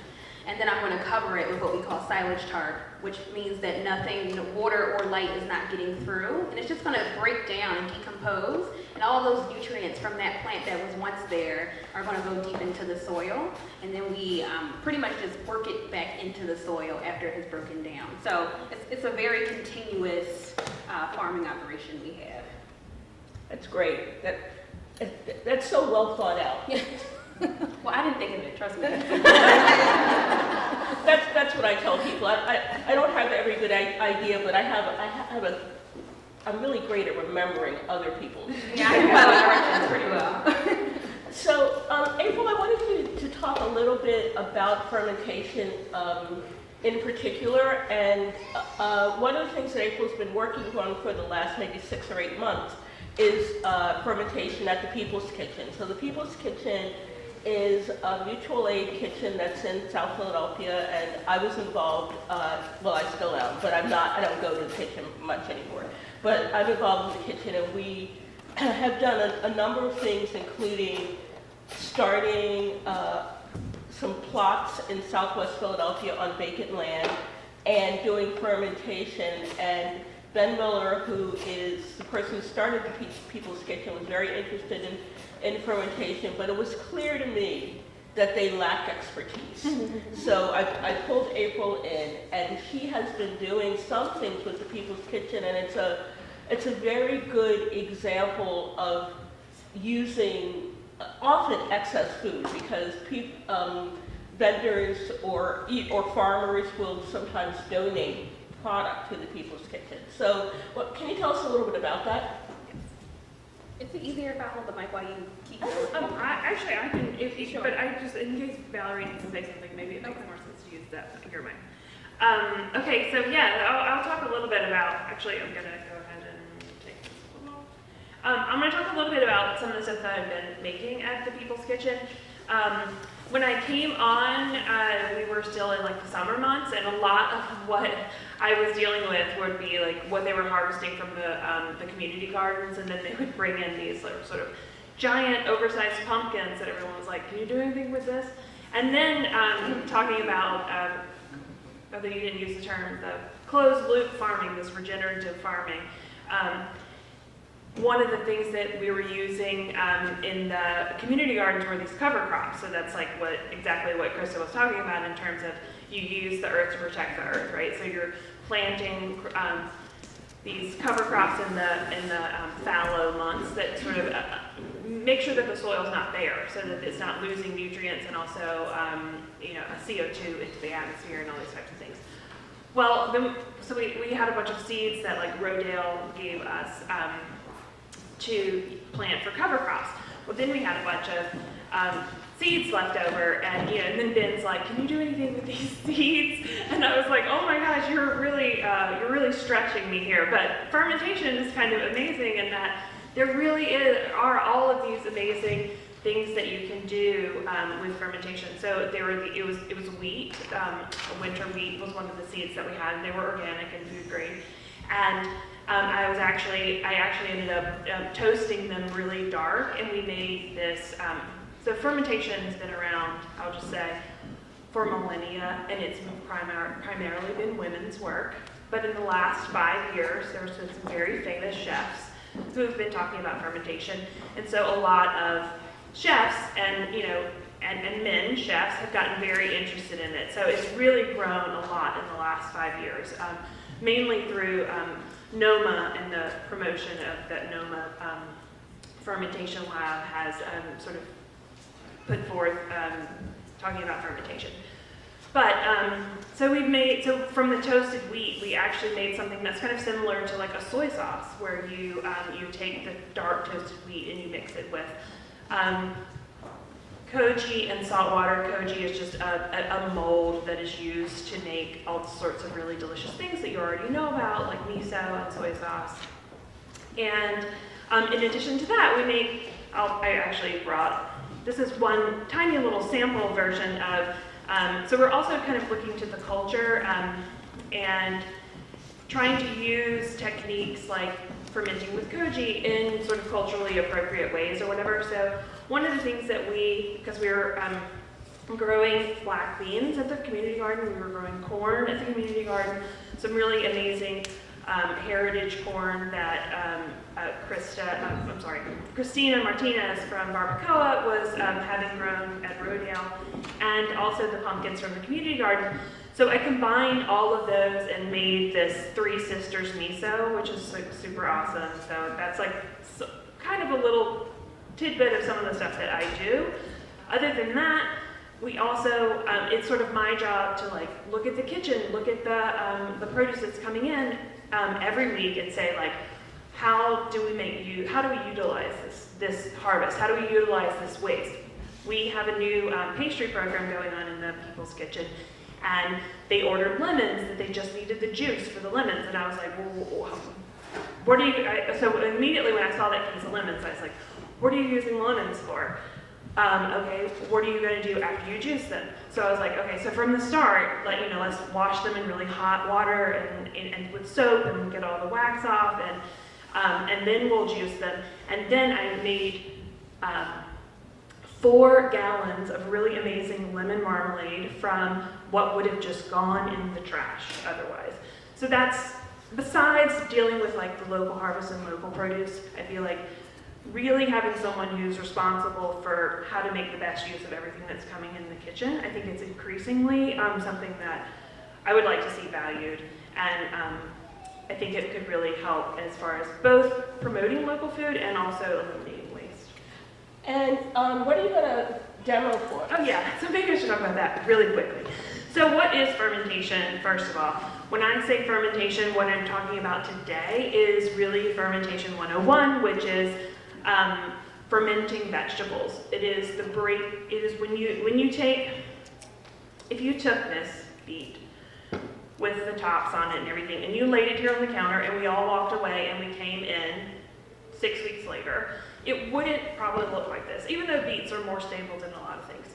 With exposure to oxygen, what you're going to get is, compost, essentially. You're going to get the beet is starting to break down. Well, in order to prevent that from happening, you can actually chop up the beet, slice up the beet, whatever, and put some salt on it. And once you create a brine, that either you can add the brine, like add water, salt water to the pickle, or you can massage the vegetable so that the water that's naturally in the cells are released, and then they create a brine for your product. Then that is going to create a low oxygen environment. We need oxygen to break down all sorts of things.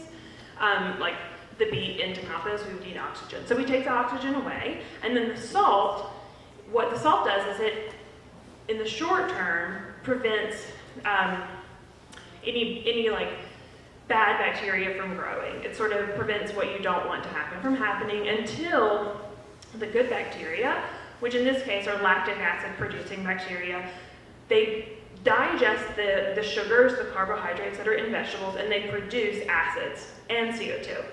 So, and that acidic environment, the acids, lowering the pH, is really what preserves the food long term.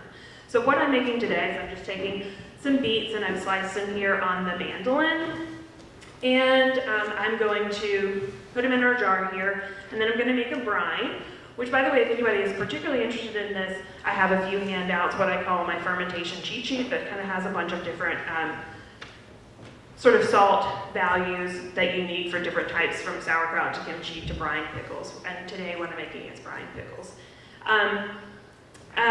Yeah, so today what I'm going to do is I'm going to take this jar here, and we're going to put, this is a quart of water. In a quart of water, I'm going to use 2 tablespoons of salt and shake that up, and then when I put my beets into here, pour the water over it.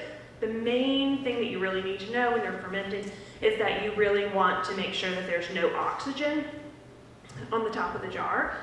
People go through all types of really advanced equipment to sort of prevent this oxygen from getting to the top of the pickle. You don't need any of those things.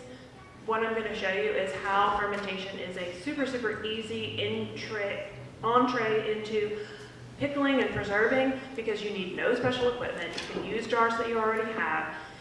All you need to do is fill the jar up to the very, very top so that there's not a lot of oxygen at the top of the jar. And then when you go to ferment this, we're going to put it on your kitchen counter where you're not going to forget about it, on like a pie plate or something with a rim, because it will create a little CO2 and that will push a little bit of the brine out, and so you don't want it to get messy on your counter because then you'll never ferment again. So you're going to sit it on a plate or something. And then you're just going to keep observing it. And in a couple of days, you'll start thinking, oh, you know, I'm smelling something different. It's getting a little bit more sour. You can taste it as you go. And then as soon as that kind of salt is balanced with an acid, you can put that in your refrigerator and you've preserved your beets or your cucumbers or whatever it is that you have. So I'll do that right quickly. It only will take a second. If you want to hold that or whatever. Yeah. So I wanted to ask each of you, and after that I'm going to get questions from everybody sitting here. But so I think a little bit about what Christa was saying about how everybody has a right to the soil. And so what do you say to somebody who wants to get their hands in the dirt and they want to grow something of their own? And then to April, what I want to know is, what do you do when all that stuff comes in? So because it is the definition of an embarrassment of riches. But like, what advice do you have for people who maybe haven't ever grown anything before? Yeah, so that's my specialty, I will say. One thing that I really focus on is empowering people to feel like they can grow food if you want to. Even starting with something that's really small and has instant gratification or almost instant. The radish is the fastest growing vegetable you will ever grow. And it takes about 20 days, 3 weeks, to be able to get something from seed to something you can eat. And so for a first-time grower, especially with me, I didn't grow up with beets. With radish, and I really, really love them. So I would say that is, if you want to grow something from seed, I would start there. And then also scallions, something you can grow on your windowsill, a green onion. When you start to cut them down, you throw them in a glass of water and they'll keep growing for you. Cut after cut, a week later you'll have a bunch more long green onions ready to cut again. And if you really want to get in the soil, for people that are like ready for it, you want to do container gardening on your porch, or you have a step or a stoop, or if you have a patch of land, a small patch of land or large that you want to grow, I am opening on Earth Day, which is 4/22, a urban garden center. It'll be in Mount Airy at Germantown and Pelham, and it'll have everything you can think of, from containers to pots to different soil blends, different seeds, plant starts, so that I can guide you on your journey of growing your own food at your own home or business. So that's what I would say. Oh, that sounds great. And I live in Germantown. I sort of garden, and there aren't any gardening centers nearby. So I mean, like there's one in Chestnut Hill, but it's not close enough. So we're agriculturally focused, so my garden center is very niche because we focus on growing food very specifically. So. Yeah. Well, I'll be there. Okay. The other thing I want to mention, after our admonition to make sure you get your brand out there. So if you want to find out more about Christa, she's at Farmer Jawn, Jawn, on Instagram. April is at Preserving the South on Instagram, and she's at Farmer's Daughter on Twitter. And I'm at Geechee Girl Cafe. It's GEECHEE Girl Cafe on Instagram, Twitter, and Facebook. But if you want to get in touch with me, Instagram is the best, because the other ones I don't look at that often. And then, so one of the things that I have discovered in my reading is a whole lot of food waste goes on in your refrigerator. You know, like a lot of food waste is us buying food that we never use. And I read an article once that called it Vegicide. That's what happens when you open up the vegetable bin. And so, April, if you have any advice for how to plan, how to use your food? Sure. So one of the things that I really like to do just when I'm shopping for my own family at the farmer's market or something is I make time on on Sundays, or even just when I get home from the farmer's market, where I just do one little step that will just make everything much easier. So one of the things that, like, I had a New Year's resolution where I was going to eat more greens this year. Well, if anybody has ever gone to the farmer's market and bought a lot of greens, you come home and you're like, where are you supposed to put all of these greens? Like, they take up so much space. So one of the things that I really like to do on Saturdays is just like put a pot of water on to boil, blanch the greens for like 30 seconds in salted water, and then they just shrink down to nothing, and then you can put them in your containers that you have and put them in the fridge, and then they're very readily available when you can. Then you can throw them in your scrambled eggs or something where you're eating a green, you're eating a vegetable in a meal when you normally would not be doing that. And it just makes it much more easy to use. The other thing that I would say is that for me, fermentation is my ticket to fast food.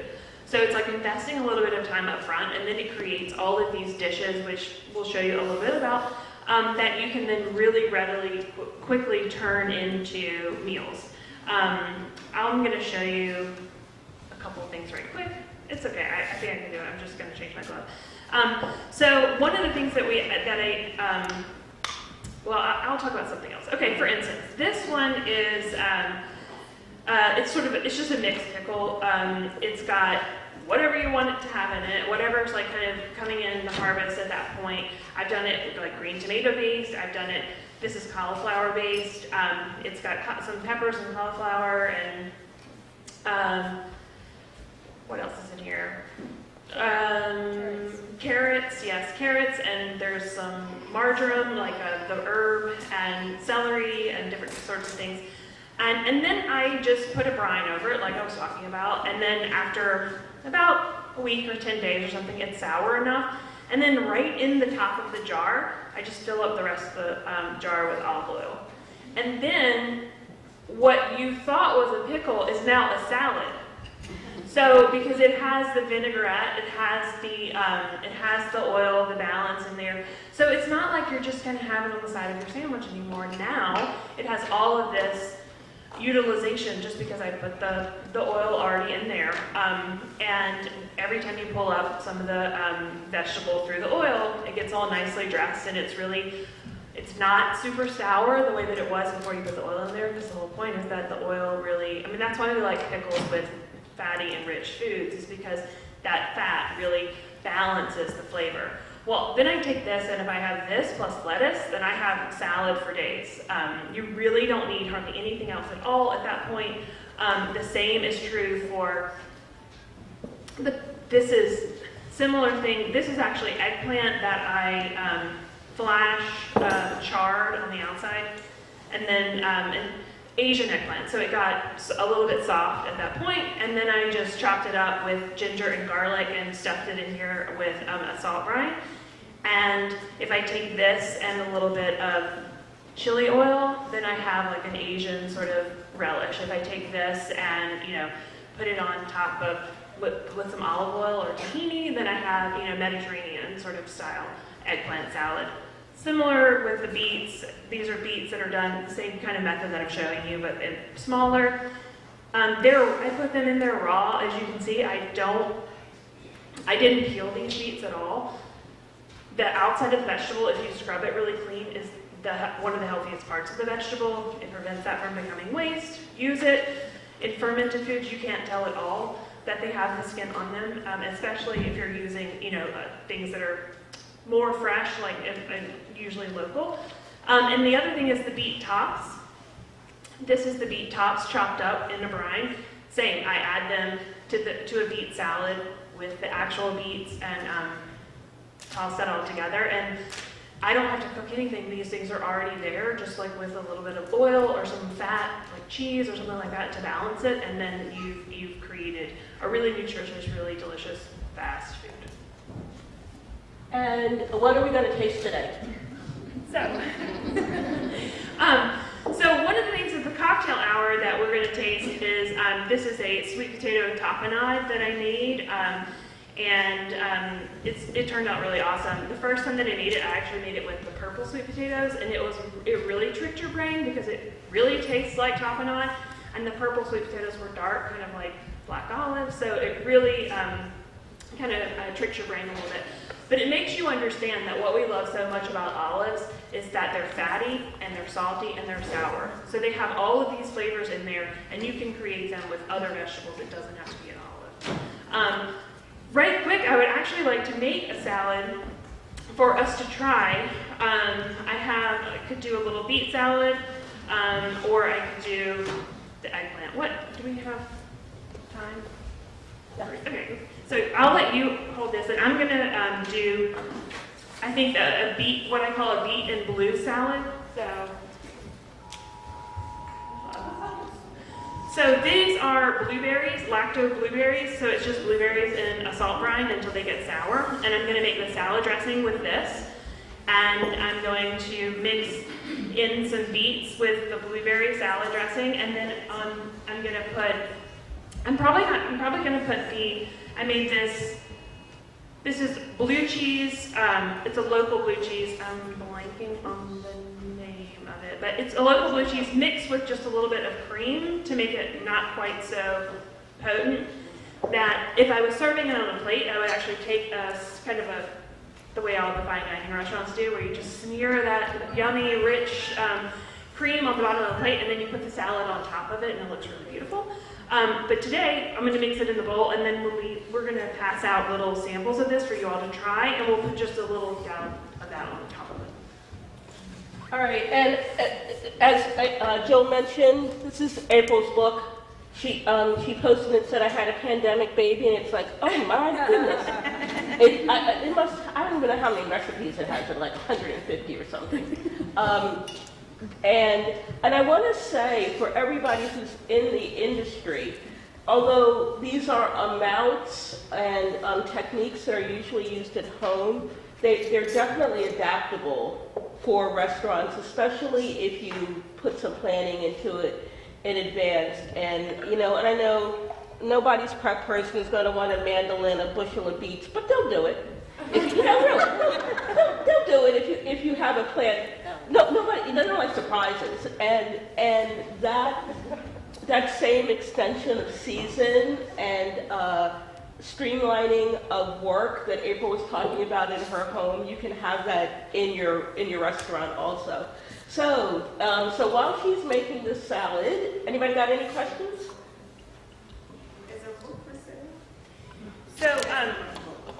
Okay, so I brought a couple copies of the sweet potato book. I brought a couple of copies of both the canning and preserving guide and the sweet potato book. The canning and preserving guide is actually not out in book form. It actually started as one of those special edition magazines, and then Simon & Schuster bought it, so it's becoming a book. But it's a magazine. The copy that I have is the magazine, but I have a couple of those. If anyone wants them, you're welcome to either buy them from me or Venmo me or whatever you want to do. And I also have a couple of copies of the sweet potato book. The sweet potato book is really easy to get online. It was published by the University of North Carolina Press, but it's on Amazon. It's everywhere. The magazine is not available until it's coming out in May as a book. And then, but I have a couple of copies of the magazine, and I have a few more at home if you really want one. Talk to me afterwards, and I'll get you one. Yeah, so for anybody who didn't hear or didn't understand from April's question, somebody asked, is the book for sale? So the answer is sort of. No, the answer is yes. The answer is yes. Anybody else? I do, yeah. Sorry, so Jill Weber again. I do have a question. So when we initially were talking about this session, talking about food waste and saving money, and I thought I had asked you, like, how do you do this for a restaurant? And Val, you just glibly answered plan. So, okay. So I was hoping that between the three of you could give some tips about how do you plan to do that? How do you plan to use your food with the timing, of your produce or menu, and then preserving and all those things together? How do you do it? What are the tips?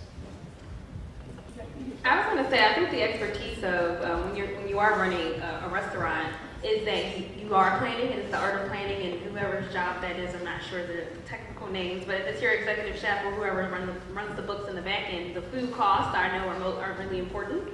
And so I think that if you can make a plan to do fresh things like this, thinking about what's in season. Farmers, I always have a list of what's in season or what's coming up, because we plan our season when it's freezing outside, which you think that's today, but I meant like way, like in November, December. I already know what I'm planning for the next, and for the CSA, and then I get some people that want me to custom grow for them, and then we talk about that in around January, so I can get seeds and things. So I think it's just like really having an idea of what you want to, how do you want people to see your restaurant? How do you want people to view what you love and what you're gonna put on a plate?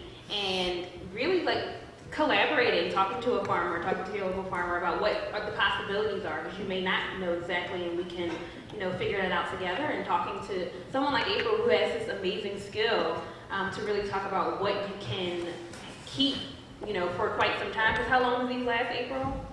There's no best by date. There's no best by date for fermented foods. So what I generally tell people is if the texture gets soft or where it's not no longer appealing for you, it's best you can add them to soups. You can, you know, make kimchi fried rice. There's a long list of, and I will just go ahead and say, mostly a skill that women have had for millennia of reusing stuff in different ways. So yeah, so the meats that we have today will be a little bit nice and crunchy, but if you kept them in your fridge for a year, they would still be good. They would be a little bit more sour, and they wouldn't be as crunchy. But you can then at that point either add them to soup, or maybe you like that texture better. You know, that it's also cultural, like when a pickle is sort of ready. Like in Germany, for instance, you know, they think that most of the sauerkraut that we have in the U.S. is coleslaw because it's not, you know, strong enough. So there's different cultural ideas of when things are ready and when they aren't. And so I want to reiterate something that Christa just said. Talk to your farmer, especially if you're using local produce. You want to talk to farmers about what's coming up because they will know.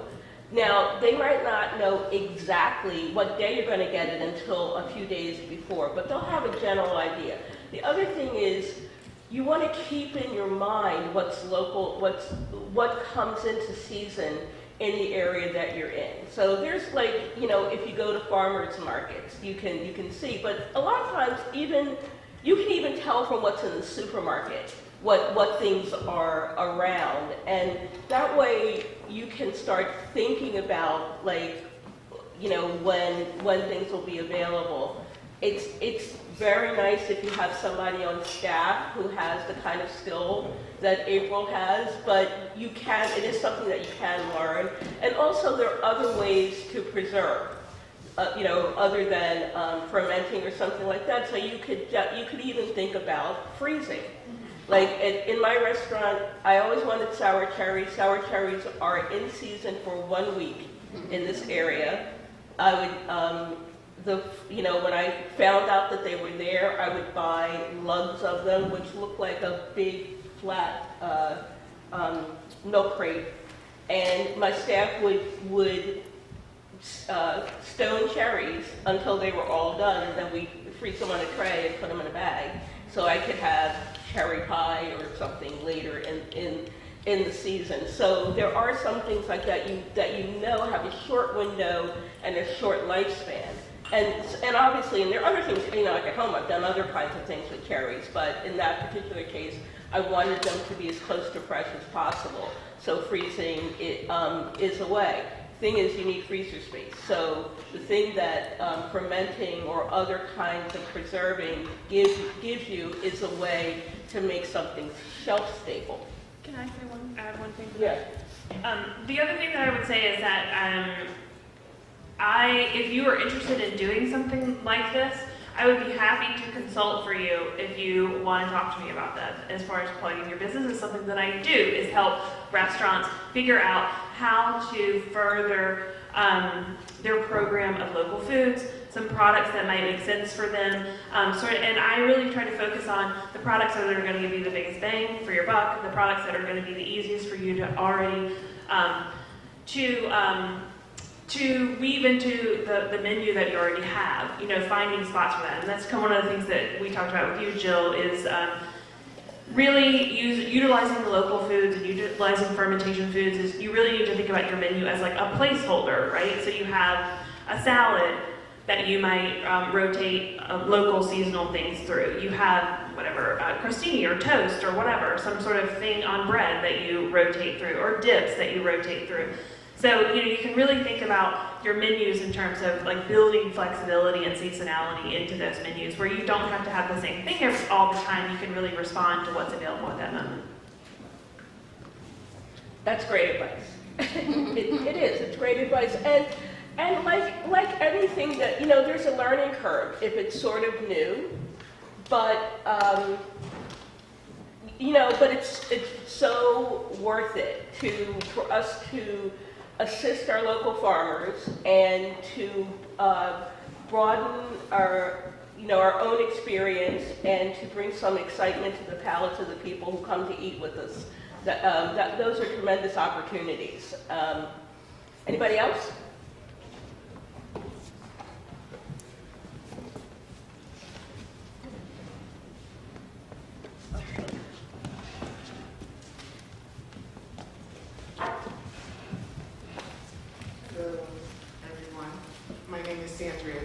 I'm the founder of More Than a Sipping Tea, and it is a product of ginger.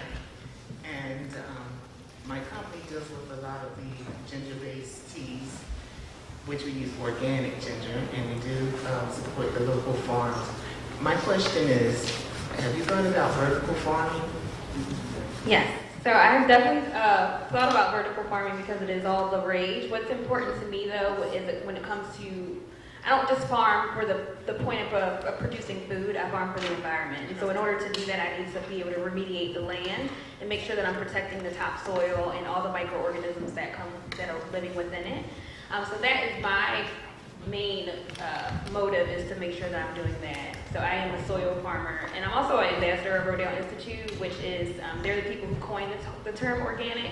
So when we're really talking about organic food, it really does, to me, it makes sense, the most sense to be able to start with the soil. Growing up, there's a way to vertical farm growing up that is soil-based. A lot of plants do grow up as well, like that trellis, whether it be peas or you have squash that'll grow up also, and all your curcubits.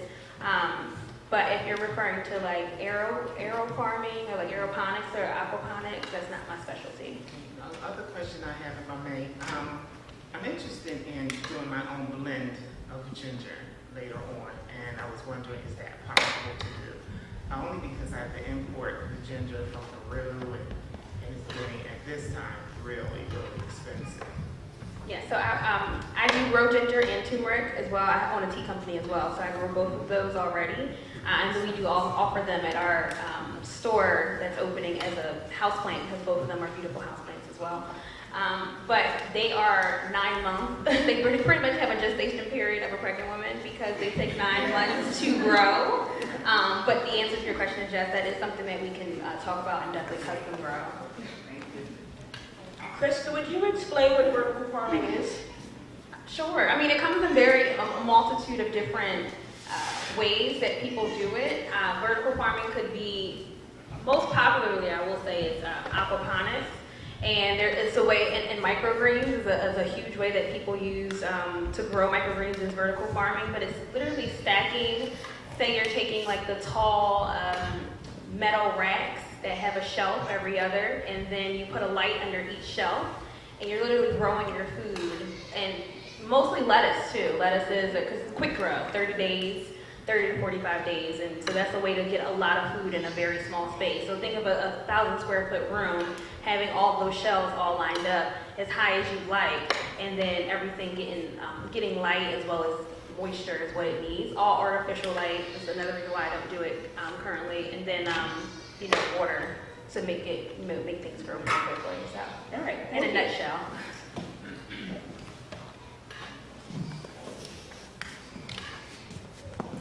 Hi, Val. I just want to share a couple resources if people aren't aware of them. I spent a couple decades promoting local food and helping chefs and retailers buy from local farms.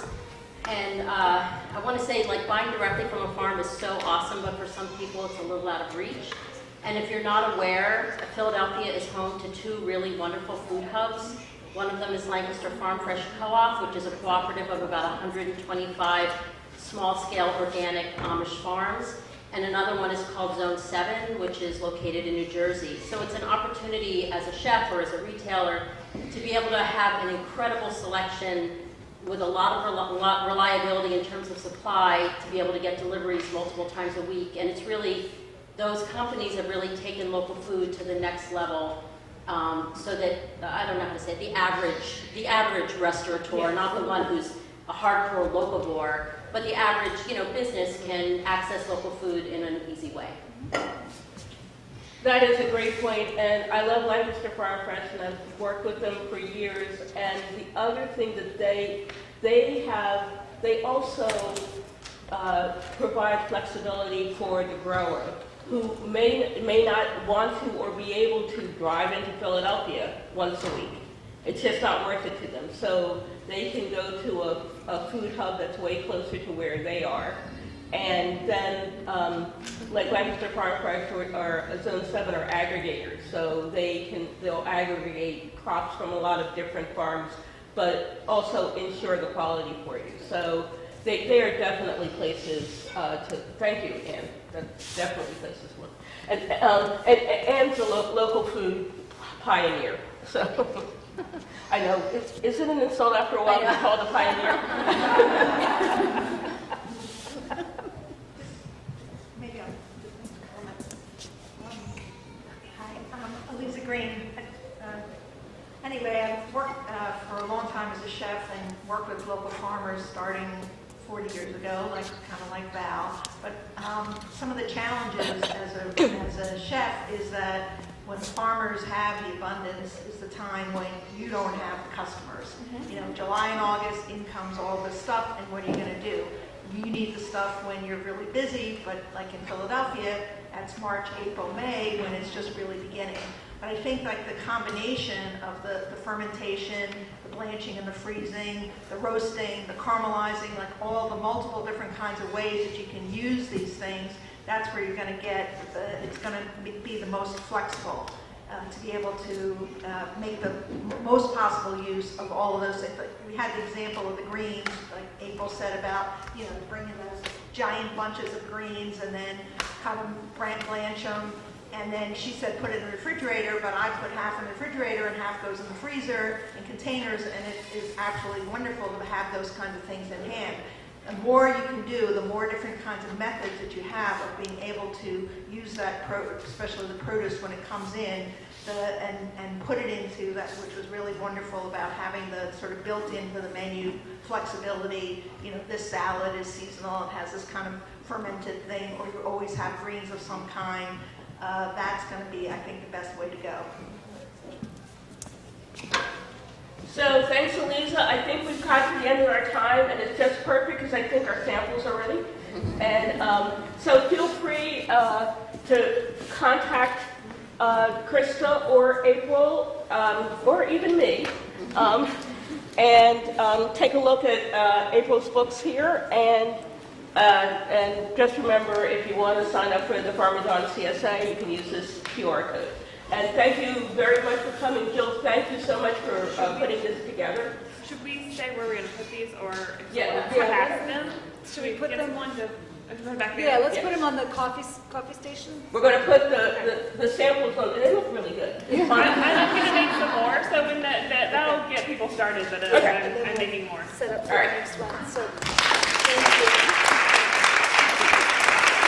Thank you, April and Christa. A lot of excellent information. And here comes Ellen, and Ellen has our next session.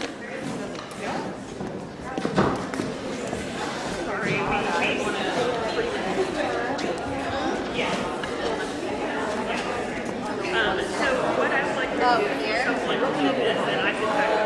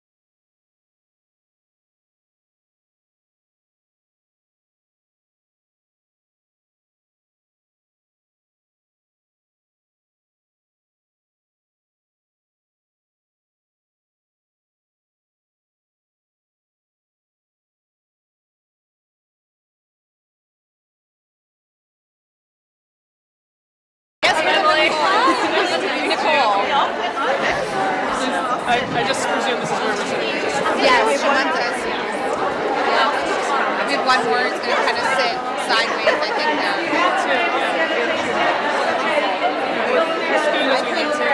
This pillow, I get to over to. Wow, like a very cozy. Very cozy. I like it. Oh, your pants. Okay. Oh my God, they're so. Those look so cozy. Touch. Yeah, I was like, should I ask? This is so inappropriate. Thank you. Oh, sit next to Gia.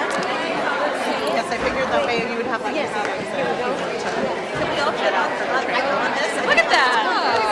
It's like a holiday card. You guys feel too closer to go. I feel fine. It's really about like you want a chair. Shoot. You wore the perfect skirt for that role. Too comfortable today in my sweater. Yeah, just like lean back. Okay, if everyone could please find a seat so we can restart our live stream and introduce the next session. It's like.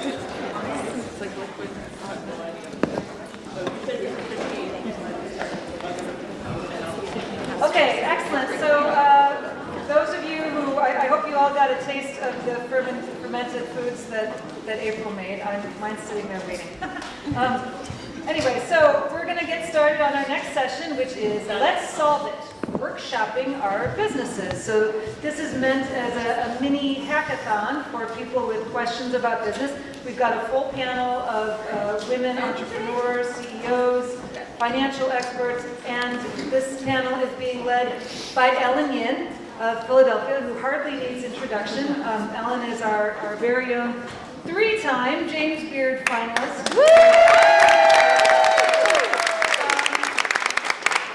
Pioneer, talk about pioneers, Val. Pioneer in restaurants in Philadelphia with Fork, followed by High Street, which is now in New York as well. And Ellen has done so many different things, including the Wonton Project for charity, for philanthropy, and it's done so much for the Philadelphia food scene, both in mentoring young restaurateurs and chefs, and just women and men in the business. And so I want to introduce Ellen, who is then going to introduce her fabulous panel. Thank you. Thanks, Jill. It's been a great day so far. You guys have heard all the sexy stuff, but this is actually one of the most important things, because if you aren't financially successful, you don't get to pursue your passion. And so this is something women are always very hesitant about talking about money. And so this is really important.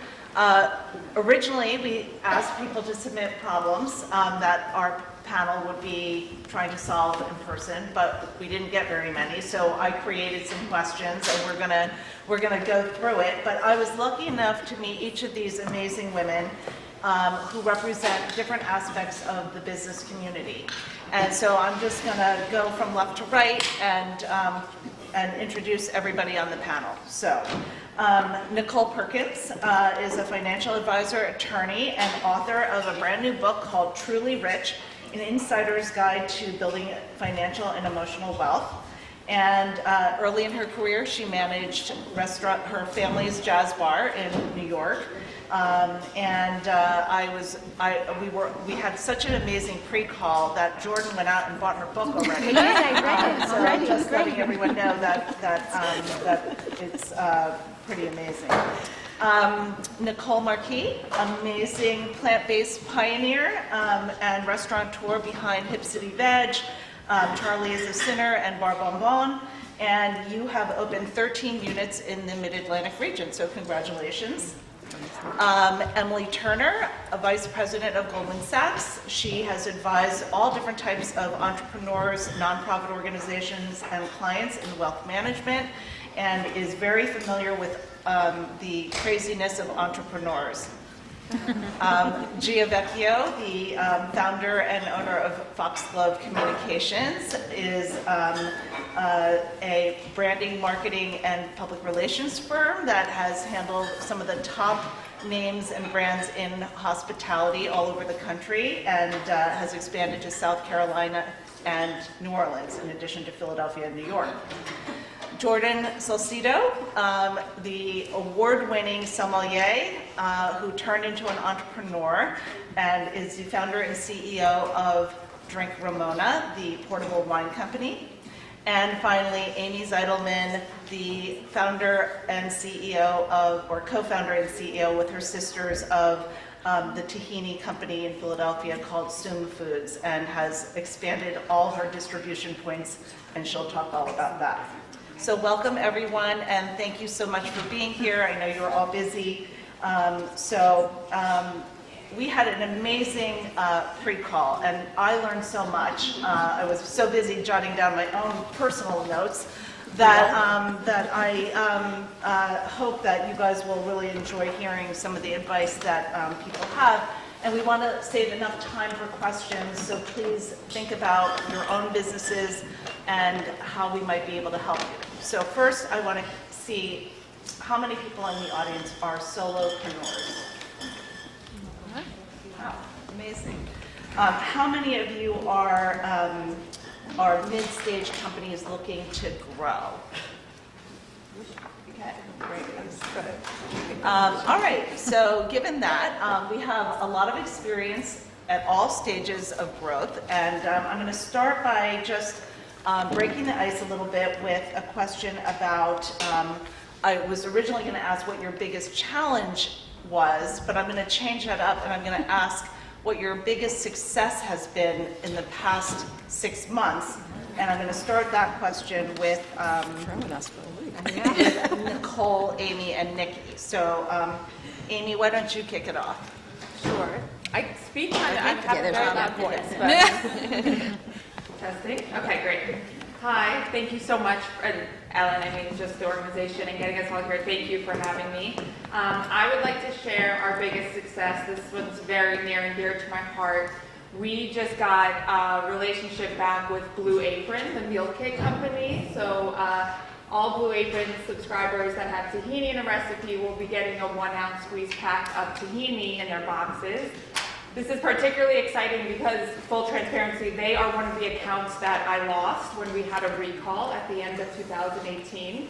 And it was devastating for our company. We lost almost a quarter of our prior year's revenue in the following year in order to get over that. So it's just especially touching for me that we maintained our reputation and they've come back to work with us again. Congratulations. Cool. Thank you. Thank you so much, Ellen, for having me. This is such an incredible group of women. So happy to be here. Yeah, I think the biggest success for us in the company is really holding the team together during such a volatile time. Omicron was devastating on the business. The last 4 or 5 months was almost as hard, in some ways harder than March of 2020, where we had to shut our dining rooms down. So just the resiliency, the perseverance, and the team sticking through it again after another round of pandemic was, I'm really proud of. And that's, that is about the communication, the constant communication with the teams, having a strong mission and purpose for the company, so that we all feel like we have a reason to fight through the challenges that have been particularly hard for the past 6 months. That's amazing. Nikki, what are you seeing from your clients as one of the biggest challenges? Yeah, so for our clients who are mostly business owners in many different industries, it's really how to balance this extraordinary growth that so many businesses are experiencing. It's one of those paradoxes where we have a pandemic and things have slowed down, but at the same time, for some industries and some businesses, it's also an opportunity. But then we're also experiencing the Great Resignation and a reshaping and reinventing, reimagining of talent. And so how are they balancing this opportunity where they're growing and they're trying to get as much done, and yet they either can't find talent, or the talent that they have is more demanding, shifting, and really trying to have that balance of keeping eyes on the prize and steady growth with a landscape that's shifting beneath them. Yeah, that is extremely difficult, and you know, other things like inflation and supply chain challenges are all creating things that we didn't even expect, and so the ability to be able to shift and be flexible are really important. So. Some of the companies here and entrepreneurs are at the very beginning stages of their journey. And so I'd love to hear from Emily, Jordan, and Gia. How do you get from stage one to where Nikki's talking about these opportunities, and how do you translate what you're doing? You know, so many of us, we start with either a consumer product or we have an idea about a restaurant. How do you get to the point where you can take advantage of these opportunities?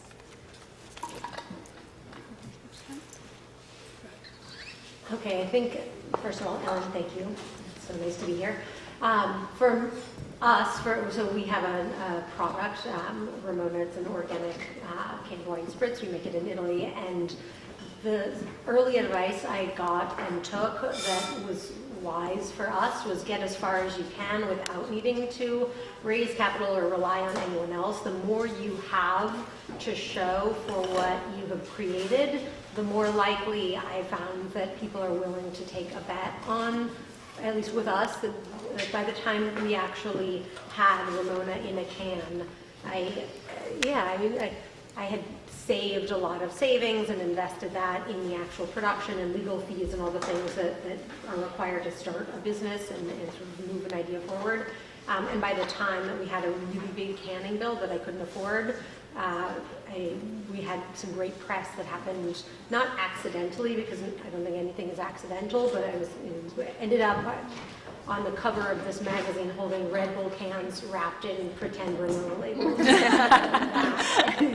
So that was like, that happened on canning day, and sort of that was really powerful when we then went out to say, hey, here's this idea, here's the data that supports why we think this idea has legs, and here's how far we've gotten on our own. And then the other piece of that is the investors, in my experience, are really happy to invest if they see that you have skin in the game and that you've invested your time and your money as well. Thanks, Ellen, for having us, and what an incredible group of women. So for me, it's a little different. I don't have a product. I have a consulting agency, and we represent liquor brands and restaurants and festivals around the country. So when I started this, I'd come from about a decade of being on the agency side of things, and didn't yet know that I was ready to bet on myself. So I would take a freelance project here or there, and then word of mouth in our industry, as I'm sure so many of you know, catches on like wildfire. So I'd kept my day job and was working full time, and a month later, a freelance project turned into 5, and I was like, okay, I now have 2 full-time jobs. But I put all of the Foxglove money in an LLC and didn't touch it until I knew I had at least $30K, and that was like the emergency number in my mind. And once we hit that, I was all in, and I think one of the first clients I had, Neil Bodenheimer, who has a bunch of wonderful bars in New Orleans, gave me the best piece of advice, which was figure out what you're not good at and get really comfortable outsourcing that. So for me, the first big growth moment was I hate bookkeeping, and I am bad at it, and I don't want to chase the accounts payables and receivables, and that was the first thing I outsourced. And from there, I just kept doing that until we were able to grow with the company's growth. It's so interesting that you say that. I sort of have an extension of that, in that, so I work with many entrepreneurs. I myself am sort of a mini entrepreneur within Goldman, but not anything like what a real entrepreneur has to go through. But it means that I sort of get to see the landscape and see what are really common problems. And what has rung true with a lot of people that we talk to, there is this Netflix research report, which I would be happy to share, but it says, when we were started, we were just a bunch of creatives, we were disrupting, we were having a blast. How do you scale? And the one thing that they learned was, if you're in a process-oriented field, the best people out there are 2 times better than the average. But if you're in a creative field, the best people out there are 10 times better than the average. And so what they found was the single most important ingredient is getting good talent, And then they have a really like thoughtful and strategic approach to how do you get that talent? How do you hire that talent using your values, and then assess them using their values, and then promote them using your values, and build a culture that makes them want to be co-owners with you along the way. And they just attributed so much of their growth to the fact that they picked the right people, and if you don't do it, it slows you down. And so it sort of goes along with that. Well, just as a aside, so what are the things that you all are doing? We all know that culture is such an important part right now of retention. Nicole, maybe you can speak to this.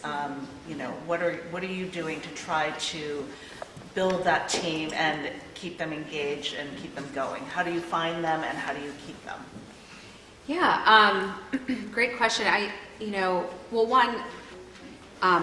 The people in your business, that's your greatest asset, right? So to your point, that truly is what's going to take you from point A to B, because you can't do it on your own, right? And because they're the ones who are going to carry that mission and that vision along the way, and who will grind when it's really hard to get through challenges and stay in it. So I think number one, really valuing your team, showing them with your actions that they are your greatest asset, and creating career opportunities, not just gigs or jobs, but real careers for them. That's what we found. We just launched what we called 15 for Our Families at Hip City Veg last year, where we raised the minimum wage to $15 an hour, starting wage for the entire company. And as far as we can tell, we're the first fast casual to do that in the country. I think Starbucks is going to do that in next year. A couple others are going to do it in 2024. And we were in a financial crisis at the time. So people said, well, that's very nice. What are you doing? You know, and because we were surviving on the PPP loan. But I just knew that now is the time to really commit to our employees with our actions, and to show them how much we value them, because look what they've been through the past 2 years. Coming into work when everyone else really had the luxury of staying home. You know, they were behind the grill and the fryer, working shoulder to shoulder in a very scary time, worrying what was going to happen when they went home and possibly put their family in a situation. So it was tremendous, and and it did raise morale too. And so I guess that's just an example of what can happen when you do focus on the team, which you were talking about. Communication, we're on the phone with all of our managers and leaders 3 times a week. We have a leadership call, and that's half of it is really just touching base with how people feel, right, during this scary time. The other half is like clean up and, okay, the green smoothie's not looking so green, let's fix that, like just, clean up stuff. But it's about culture building. And the last thing I'll say, I'll wrap this up, you have to tell me when to stop talking, because I can go on and on. But last thing is, really, as an entrepreneur, you have to know your why you're doing it, because being an entrepreneur is extremely difficult. You're constantly going to either have to put out fires or push through challenges and persevere. So knowing your why and talking about that daily with your team gives them a reason and gives them that mission and that vision that they need to push through. Well, that's a really important thing for all entrepreneurs, whether you are one or multiple, is having that story and having the reason why, the raison d'etre of your business. And I would love to hear from Jordan and Amy, how do you tell your story, and how does that impact what you're doing on a day-to-day basis and grow? Yeah, all right, so I'm thinking of our conversation, our call over the weekend, and one of the things that, at least it has been true for me, is right, if you're waking up in the morning and it's because of your to-do list, that's not inspiring. That doesn't move the world forward, and it certainly doesn't move oneself forward in my experience. Whereas So what we are trying to do and what we're beginning to do is create a beverage company that does things differently. And yes, of course, the bottom line is important, but that is not the basis of our decisions. We have a certifiable or a sustainability certification. Actually reminded me of the last panel where not only environmentally but also ethically and economically, Ramona has a certification in sustainability, and we're able to do that because we moved production to Italy. We moved production to Italy because I learned about Velcorin, which is a neurotoxin that's in pretty much anything U.S. based or produced that's in a can. So we moved production out because I didn't want that. It was sort of the antithesis of, and it's much cheaper to produce it. Anyway, so all of these little things, it's sort of like, if you take the approach as I do that everything is interconnected, I don't want to be responsible for making decisions that are detrimental to the world and to my children and my children's children's world for generations to come. And so that's sort of my why, which makes the other things fall into place. In a similar capacity, our why has always been a commitment to a high-quality product, but the way Zoom has been able to get our story out and our word out is really by going shoulder to shoulder with people that are much more influential or have much more credibility than myself or my sisters have, or especially had 8 years ago. And it's been instrumental for us to get our product into people's hands that are far more knowledgeable and far more, credible in recognizing a high-quality ingredient. And for us, that was through the restaurant industry and the amazing chefs and employees that work there and end up going from restaurant to restaurant. And so I always encourage entrepreneurs to find a network of authentic and organic, amplifiers and early adopters that can help you get your story out there, because takes a lot of resources, in particular time and money, to get your story out about yourself by yourself. But that applies not only to what we were talking about early today about public relations and branding, but whether you're growing to that next stage where you're a solopreneur and you're trying to get to that next stage so that you can hire that next employee, or you're trying to raise money and try to, make your company much bigger. Nikki, you said something, and I want to continue on the storyline, but you also said something about delegate and elevate, and I thought that was really a helpful thought as well.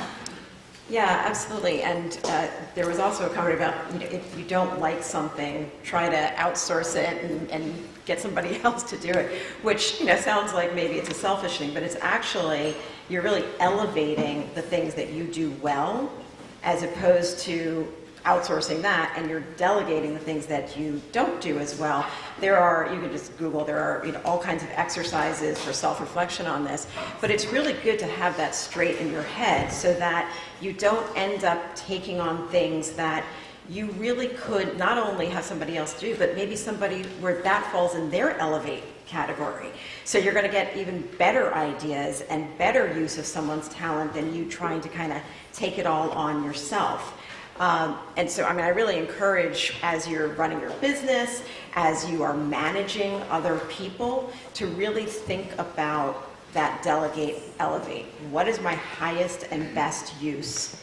What can I have somebody else do that's their highest and best use, so that we collectively get the best ideas and the best production?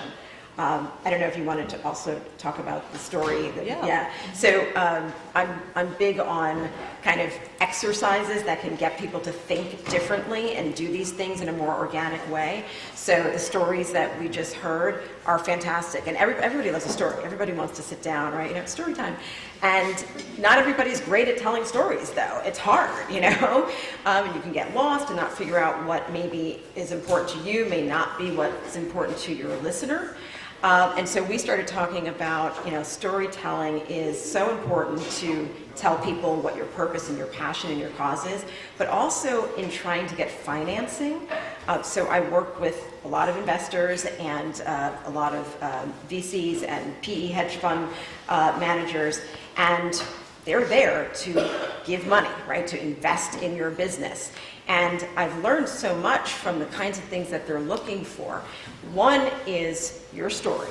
And there is another little exercise, it's called the Pixar Story Spine.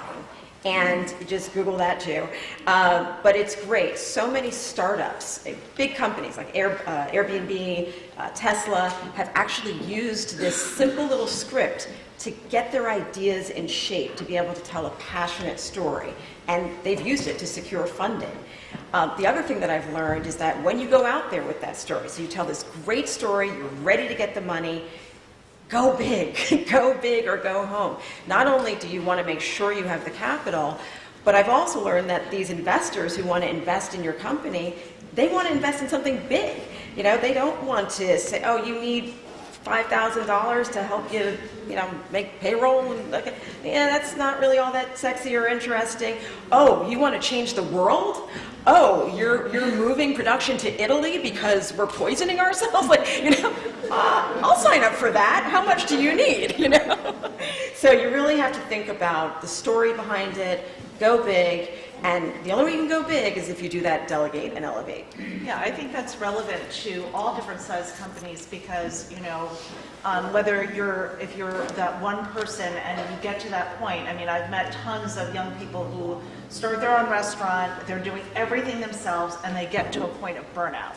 And we all are suspect we can all get burnout, but the only way to keep yourself from being burned out is to be able to lift yourself above that threshold. And I think sometimes we all think of our own businesses and we don't think of it as our vision is much smaller than, now that I've been in this business for 25 years, I can look back on it and say, oh, my original vision was so small. But I would love to hear from Emily and Amy and Nikki about, we talk about just that. We think on a smaller scale. How can we inspire ourselves and be more aspirational about what we really want? Because ultimately what we really want is to be doing our passion, be financially successful, and be able to have a great quality of life and continue to grow, whatever that may be.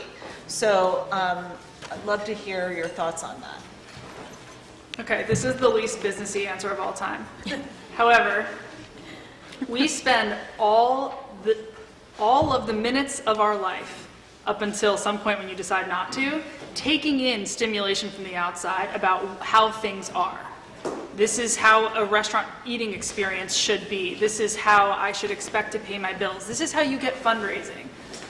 And you're just never going to get anywhere unless you systematically learn how to throw those out the window and try something different. And so this is an exercise that I have my whole team do.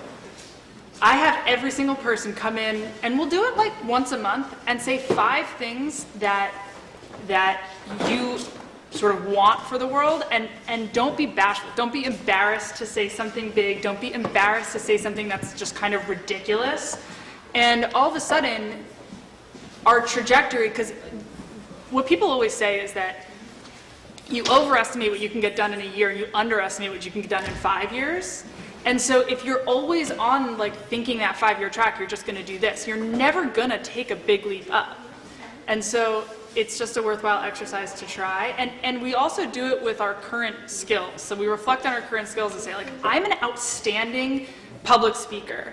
And for a person who may be self-conscious about that, and they remind themselves that they do have that skill, it helps them get more comfortable with the big picture vision. So this is not business advice, this is sort of just personal self-reflection, but we have found it to be hugely valuable on our own team. Zoom is using an entrepreneurial operating system. It's called EOS, Entrepreneurial Operating System, that helps businesses grow and scale. And what we do is we set a vision, a 10-year vision of what we can imagine soon to be, or any business. And we break that down a little bit smaller into what has to happen in 3 years in order to put us on the right track to reaching that 10-year goal. That gets broken down into what has to happen next year which gets broken down into quarterly rocks. I won't go into the jargon because it sounds super cultish, but those, every 3 months, there are certain things that need to happen to make sure that you're on track for what you want to happen in 1 year and what you could want to happen in 3 years, which will put you on track for what you want to happen in 10 years. And it's so crazy to think that way. I mean, I was a student that did not even write assignments into my notebook. I just would turn to the next page and be like, oh my God, the project from 3 months ago was due tomorrow. That is just not, but when you do it this way, and you also hold yourself and your team accountable to something as small as a weekly to-do that's just call this person tomorrow, it's unbelievable how much can get done and how you really can achieve these larger goals than you ever really imagined. So the program is called EOS, but it's based off of a book called Traction by Gina Wickman, and I highly recommend it. It's super applicable in lots of ways in our lives. I'd just add too that when talking about burnout, I think we have to also talk about normalizing mental health in the workplace. And we've all been talking to a degree about the past 2 years and the toll it's taken on all of us and all of our companies. And I think women have been disproportionately affected by this pandemic. Working moms have been disproportionately affected, entrepreneurs. So when you tally that up at the end of the day, I think if mental health isn't a priority, it's that idea of you're never able to take care of others when you're not able to take care of yourself. And then I think to a lot of what Nicole was saying, it goes back to your team and checking in with them, and the idea that these manager meetings were so much about, hey, how are you doing?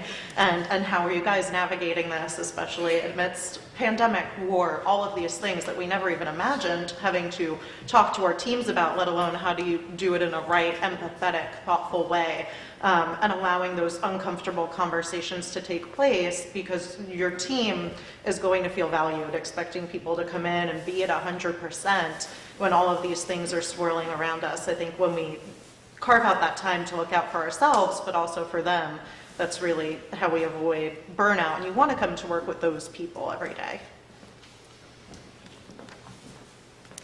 Yeah, I would say it's interesting because I talk a lot about some of these themes in my book, which is not about the restaurant world and business, it's about building wealth.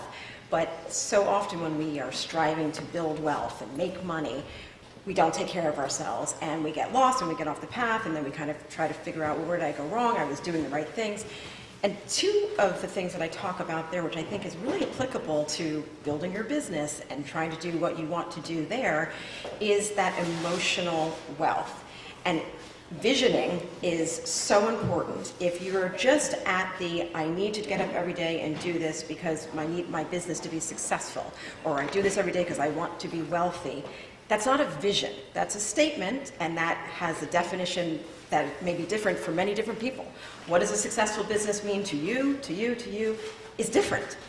But if you envision, this is what I want my business to look like. This is the kind of wealth that I want to have. These are the things that I want to be able to do. You will be able to then put a plan in place.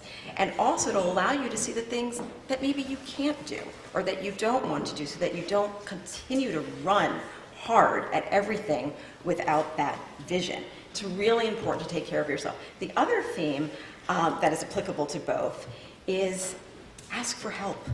We don't do that enough, especially if you are already on your path and you have a business.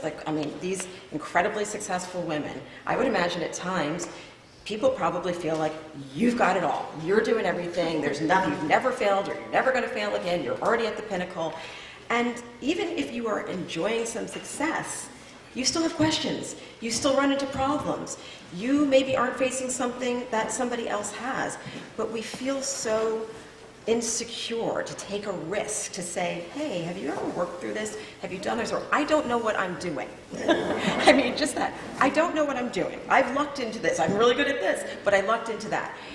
The more we talk to each other, especially as women, about not only what we need help with, but for those successful women to share the things that they've done and the failures, the more collective success we will have. And you can avoid some of those mistakes and therefore the burnout that somebody else, basically did before you. That's actually one of the main reasons why Sisterly Love came into being, because we really did not know how to proceed during the pandemic, and we wanted to hear from each other how we could share ideas and support each other. And part of that relationship is building trust and understanding what everybody's all about and taking that time. We never take time. We're always about checking that next thing off, and it really does make a difference because, I mean, I've been working with Nicole now for 2 years on stuff that, like, you know, I never worked with Nicole that closely with, and it's just been great to see you know, her success and how she's doing things and how I can take some of those ideas and apply them to my own business as well. And same with Jen Carroll and Jill Weber and Jezebel. It's just been a tremendous experience over the past 2 years getting to know people and figure out how to make it all work. But you know, but we still didn't really get to the crux of the question, which is how do we not always play it safe? You know, it's that risk, because, you know, as a solo entrepreneur and as women, we still feel the responsibility of taking care of everybody. And sometimes taking that financial risk feels like we're gonna fail, and what if, and what if. How do you get past that? I mean, like, Jordan, you know, this company that you've created, how did you get past that moment where you're like, holy shit, if I don't like keep growing, you know, like my company can't get to the next point? Yes. Okay. I think for me, I think the biggest hurdle was starting it, and I had help from, this will sound corny, but I'm just going to say I had help from the universe, because I was taking the Master Sommelier exam, and this was like a year I passed 2 of the 3 parts. I don't know if anyone follows this thing, but it's actually like immersed in... Oh, talk louder? Yes, oh, sure. Sorry. I said I began, for me, the biggest jump and the biggest risk was actually starting Ramona. And it was created during this moment where I might not have had the courage to bet on myself without like a nudge from the universe, and that came in the form of failing an exam that I believe I should have passed. I obviously am biased, but I passed the 2 parts that that were the most challenging. I don't know if anyone has watched Somm or followed the Court of Masters Sommeliers, which incidentally is embroiled in scandal on many fronts at the moment. But I had passed the blind tasting, I had passed the theory exam, and the part that I didn't pass was the service exam, which is like a service obstacle course of 3 tables. And anyway, I end up not passing service on a day for not seeming like myself to a group of people who have never seen me work in a restaurant, who also don't work in restaurants or didn't at the time. And on a day where like in a moment of my life where I was running a beverage program at Momofuku Co, and like I've never been more on point. So it was weird feedback. And then a week later, I found out I was pregnant with my son Henry, who's now 6. And so I think that constellation of events allowed me to invest in this idea that had been sort of in my conscience. Like it wasn't even buried in the subconscious, but it was sort of like, this is a great idea, someone should do it. There is a need for stuff that tastes good that isn't poisonous. Like, why is that not available to me? And that nudge from that sort of constellation of events was very inspiring, because I knew I needed a different direction. And so I think now the next phase is like, I think it's really investing in, believing in what we're doing. And I think that is something that I don't know if this happens to anyone else, but I imagine it probably does. At certain points in your relationship with your business, you might have a come to Jesus moment where you say, do I really want to be doing this? Is this really this is not the easiest path? Because at first it's really fun and you're like, I'm creating and I'm building and everyone, it's great. And then you hit real hurdles where you're like, okay, didn't see this coming. Okay, right. Whether it was a recall, like we were talking about, we had like a funky can lining one year. We had obviously a pandemic, like all of these sort of things that come and go. But I think for me, just investing that time And like what I'll do is I'll walk around. I think better if I'm walking. So sometimes I'll take myself on a walk, or I'll visualize, or whatever it is that I need to do to like get clarity. And then once I recommit, I'm just thinking of these like simple moments, like that's when the funding comes through, or that's when my storytelling gets better, or those are the moments where I'm able to listen and think about what is the right next step and then take it. Well, the pandemic was that for a lot of people, right? I mean, that's what the Great Resignation was about, and that's, I'm sure that many people in this room started their business exactly because of that, because they were at home and thinking about what they really wanted to do, and you know, boom, whatever was born, and now they're sitting here thinking, how am I going to, like, you know, continue this and keep it going? So we have about 30 minutes for questions from the audience. So I would love, you know, this whole session was really supposed to be about you guys. And, you know, we didn't get as many questions as we had hoped, so I'm hoping, and we'll keep talking, but I would love to hear if anybody has something burning in their mind that, from listening to these ladies speak, you know, that you'd like to ask. This is, what's the saying? Whatever is in this room stays in this room. That's right. Cone of silence. Hi, I'm Valerie. So this question certainly isn't for me now, but it's something that I struggled with in my own restaurant and managing another restaurant.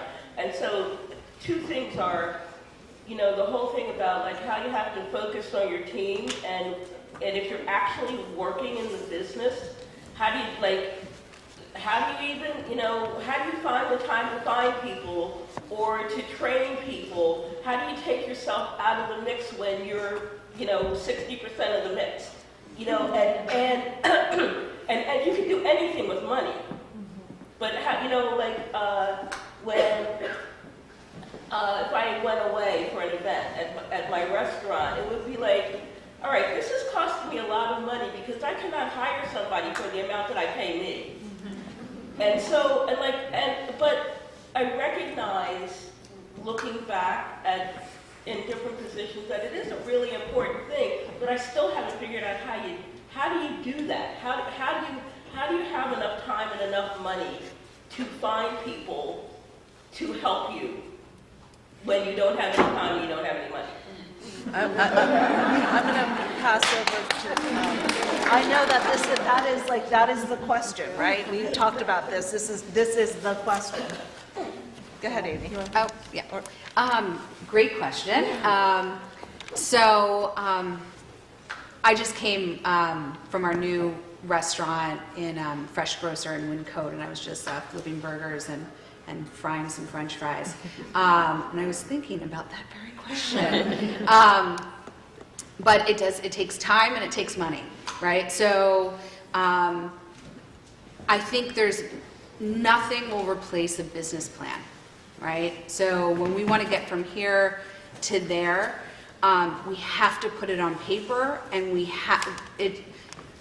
in my opinion, you have to have a financial analysis that's going to clearly outline how you're going to get to the next stage.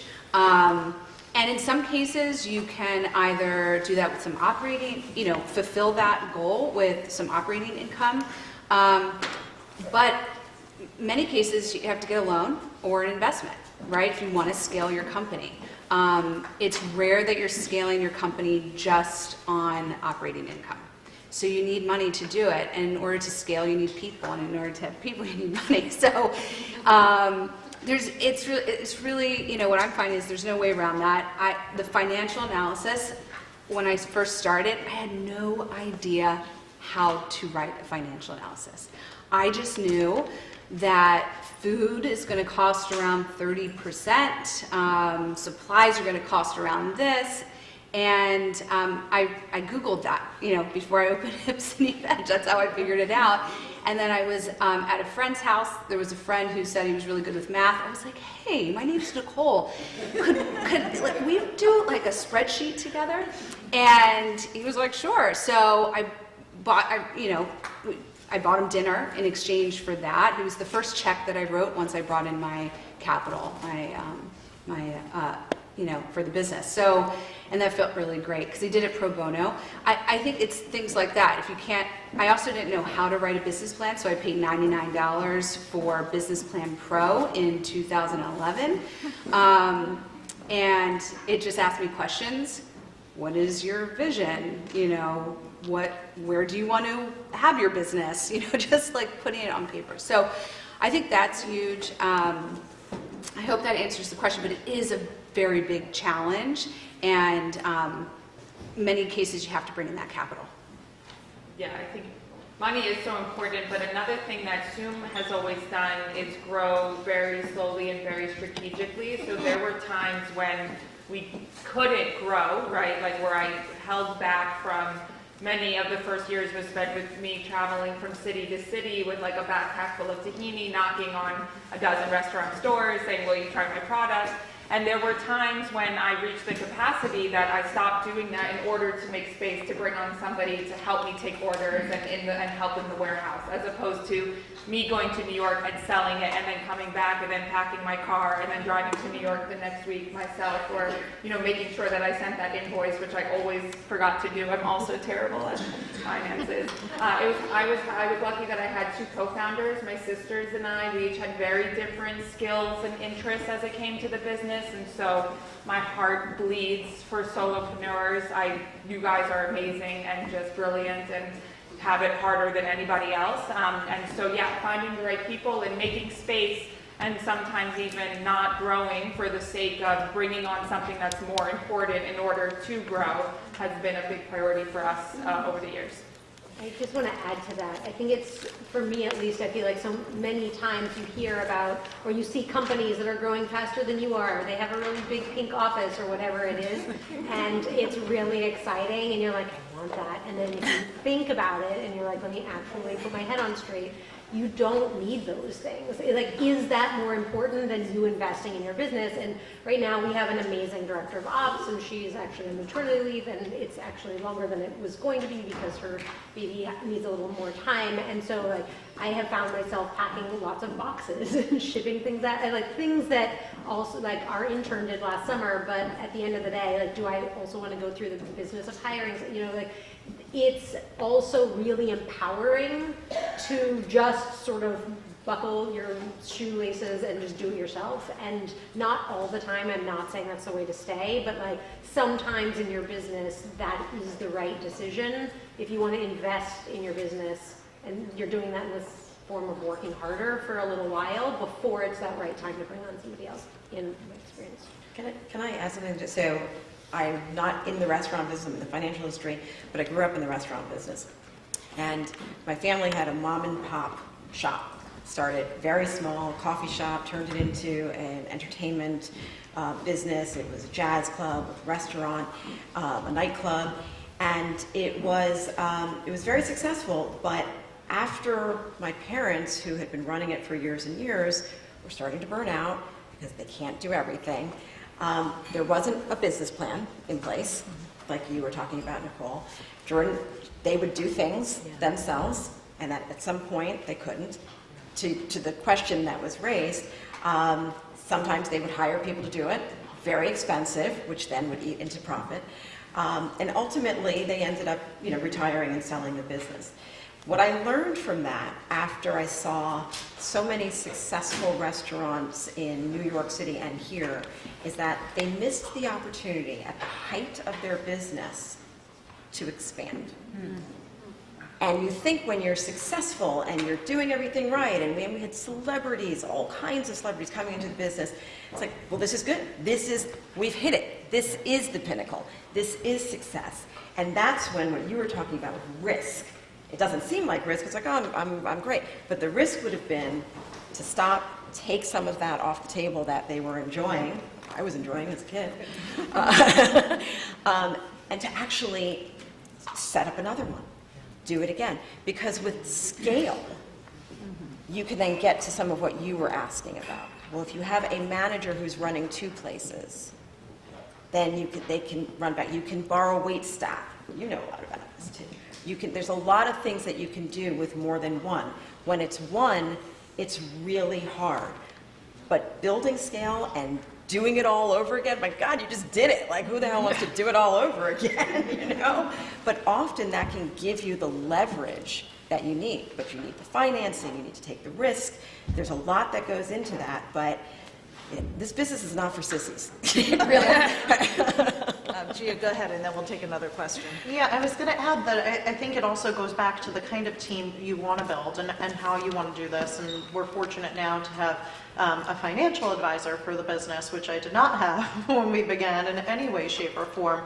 But building in things like, okay, you know you want to subsidize some of your team's health insurance. You know you want to be able to offer a 401k.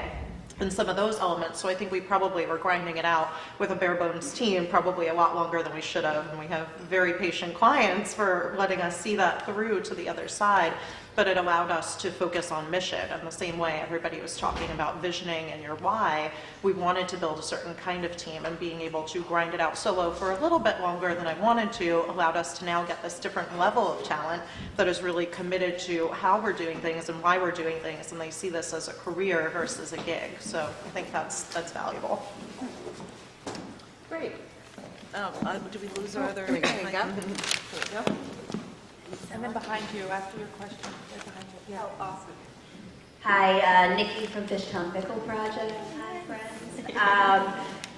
Great conversation, especially with talking about risk, money, balancing, boundaries. These are the thoughts swirling in my head 24/7. So my question is kind of to your point, Nikki, is that correct? Yes, Nikki. Nikki and Nikki, I remember. My question is, how do you, and I just go with my gut half the time, quite frankly, but how do you know what pace is your pace when you're not in this to blast off, make a ton of money, have an exit strategy?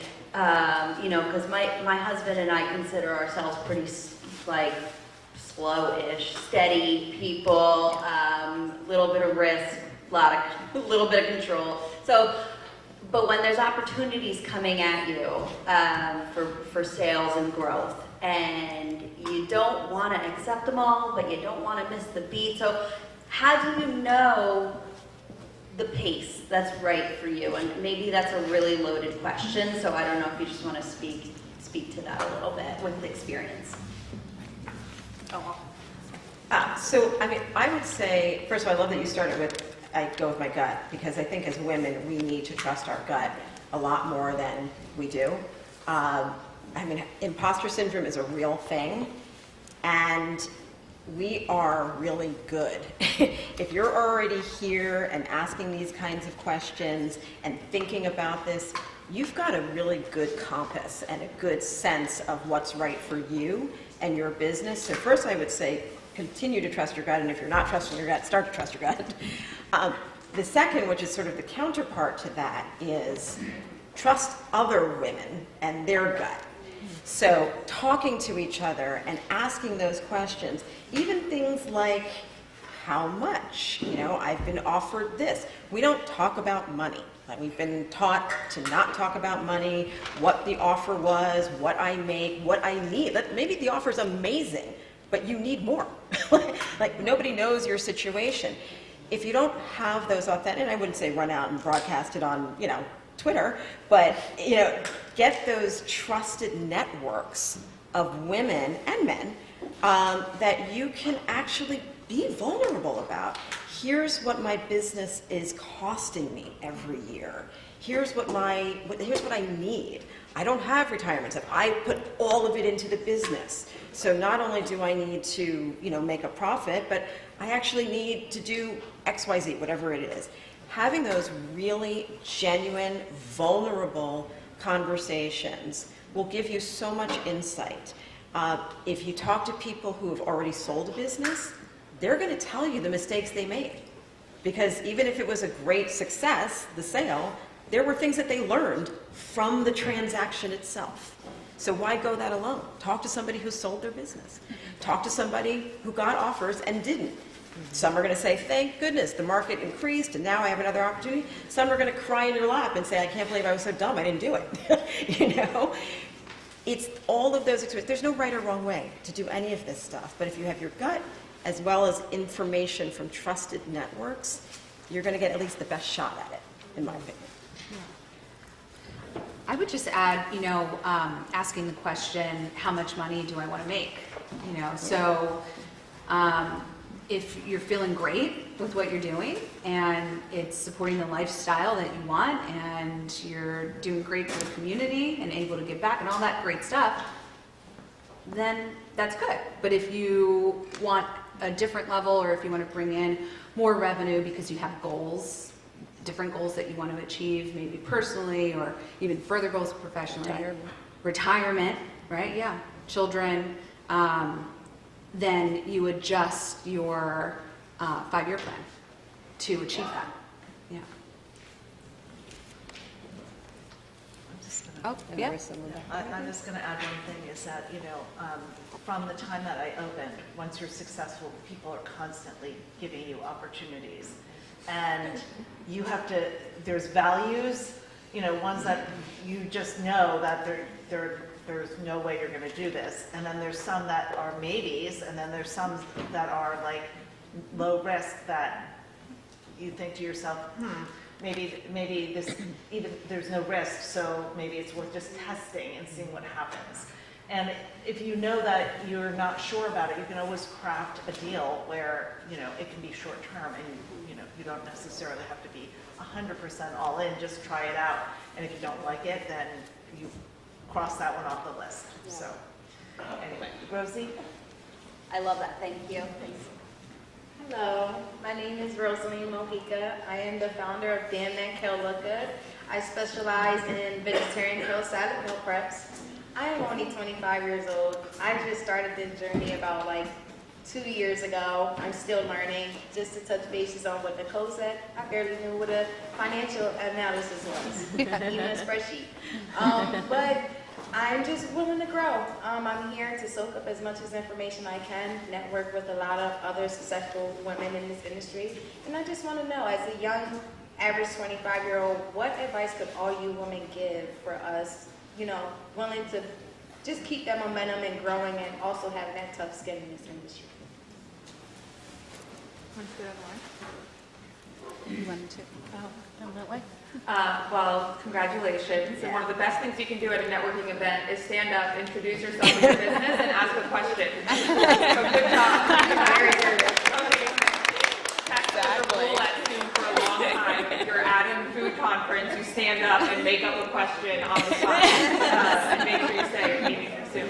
So great job. I also started Zoom Foods straight out of college, and so I think embrace being what we call dumb and young, and just ask a lot of questions, and you'll be amazed, to Nikki's point, how much people are willing to share with you, and especially asking them to share what their biggest challenges were. Although we love to celebrate our successes, we all learn more from our failures than what we do right, so keep at it. Thank you. Yes, congratulations. It's amazing that you have a business at 25. Goodness, I think best advice, I guess I spend time sort of like late at night is trying to work on honing my gut, because I do find that when I make a decision from that place, it is the right decision. The times where I have made the wrong decision, either taking advice from someone that didn't feel like somebody I could trust, then I was always right about that too. So investing in honing that. This is actually advice that Sarah Blakely, who founded Spanx, and is, who owned 100% of her business, and then I think just sold a large portion at a valuation of $1.2 billion. But she talks so much about that, and that was advice that I thought was really helpful, because of course I'm going to have a financial plan, of course I'm going to do the physical work to have the physical integrity of my business, but investing in that, sort of cultivating that space has been helpful to me. Congratulations, that's huge. As somebody who started my business in my 20s, the advice I'm going to give you is going to be a lot more applicable now than it was 2 years ago when you started in the pandemic. Somebody had once told me, go on as many coffee dates as you can. And I was like, how do I start a business and have time to go get coffee all day? Like, I cannot possibly. These things cannot coexist while I'm trying to balance the invoices by myself or trying to deal with the sales. And you have to make time for that. It's so valuable. The fact that you're in this room today, getting up at every panel, introducing yourself. I've been seeing you in between, like going up to these amazing women who we all idolize in so many ways and have accomplished so much. Do that every day. Outside of like these rooms, to let that energy just keep going on. I think Sisterly Love does a great job at connecting women. With Ames Escoffier, I talked to Jill about that as well. I think Philly is a wealth of so many inclusive organizations where you can network and grow in that way. So I think we're lucky to be in a city that really embraces that. Thank you. That is such a good point. You just never know the questions that you're going to need to solve, and Google's just not going to be able to solve it, and you just need to be able to lob a phone call out. I think what I wish I knew when I was your age is that you just have a vision. You're like, I set my 5-year plan, and this is going to be my path. And progress is not linear, and you're going to like miss 50 of your targets, and you're going to go backwards and sideways, and you're going to have like just moments where you go, how was this the outcome?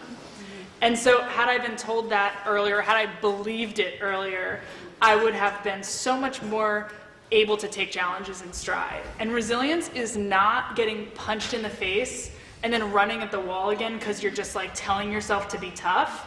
Resilience is just deciding to see the best parts of the day and riding that positive energy. So resilience should be tied to positivity, not sort of forcing yourself to take on something negative.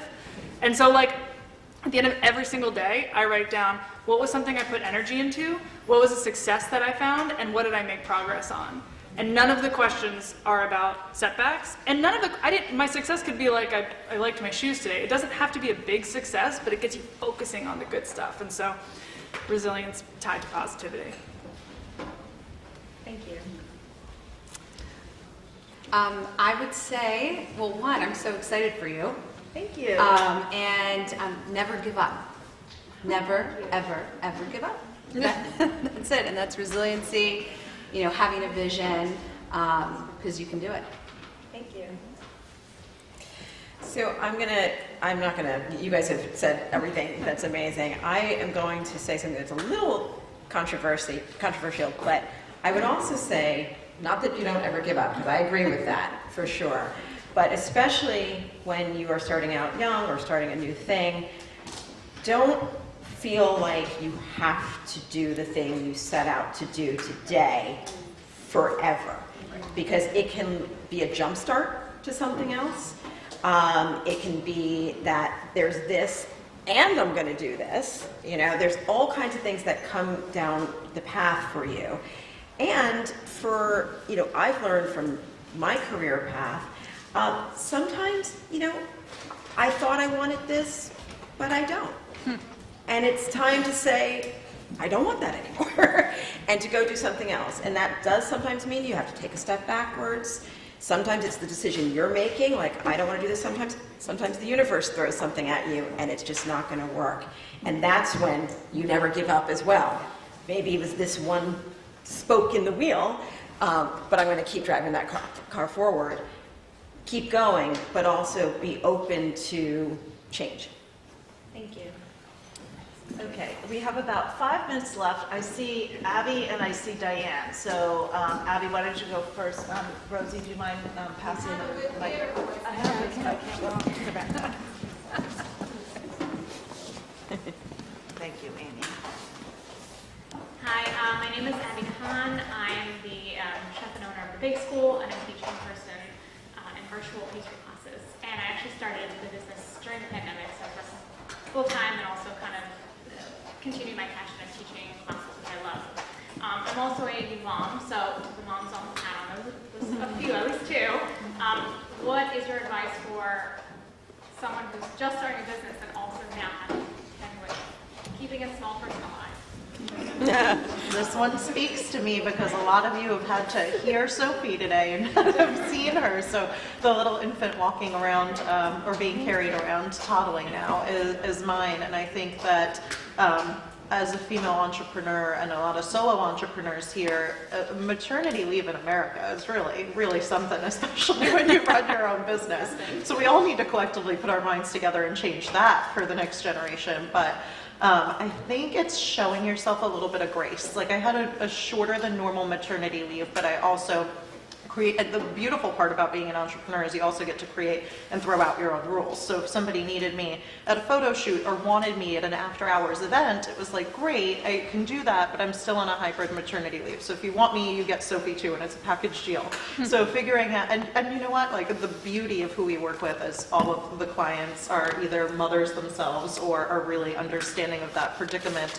And I'm lucky to have enough of a support network where there's that balance and her dad's the one carrying her around all day, which I don't think every mother has access to. So I think in part it's creating boundaries and being really firm about your time and what your restrictions are and figuring out where you can blur the lines. But then I also did get myself an office this year because after 2 years of pandemic and that with baby distractions in the next room, having that boundary as well for the business allowed me to say, okay, I'm going to the office and I am leaving her, but in that truncated time frame, I'm going to get so much done. And when I come home, I'm actually going to be present with my family. I'm thinking of a moment. Gia and I have worked together since Ramona was a tiny baby. And I remember there was a time where I got to be on the Today Show, and Gia came and gave me like media training, and I was wearing her own and who's now to my belly. And, I would say the other counterpoint of that is having, as a mom of two, who then now actually just spent for the first time since my 6-year-old was born 4 days without any children because my husband took them to Disneyland with his parents.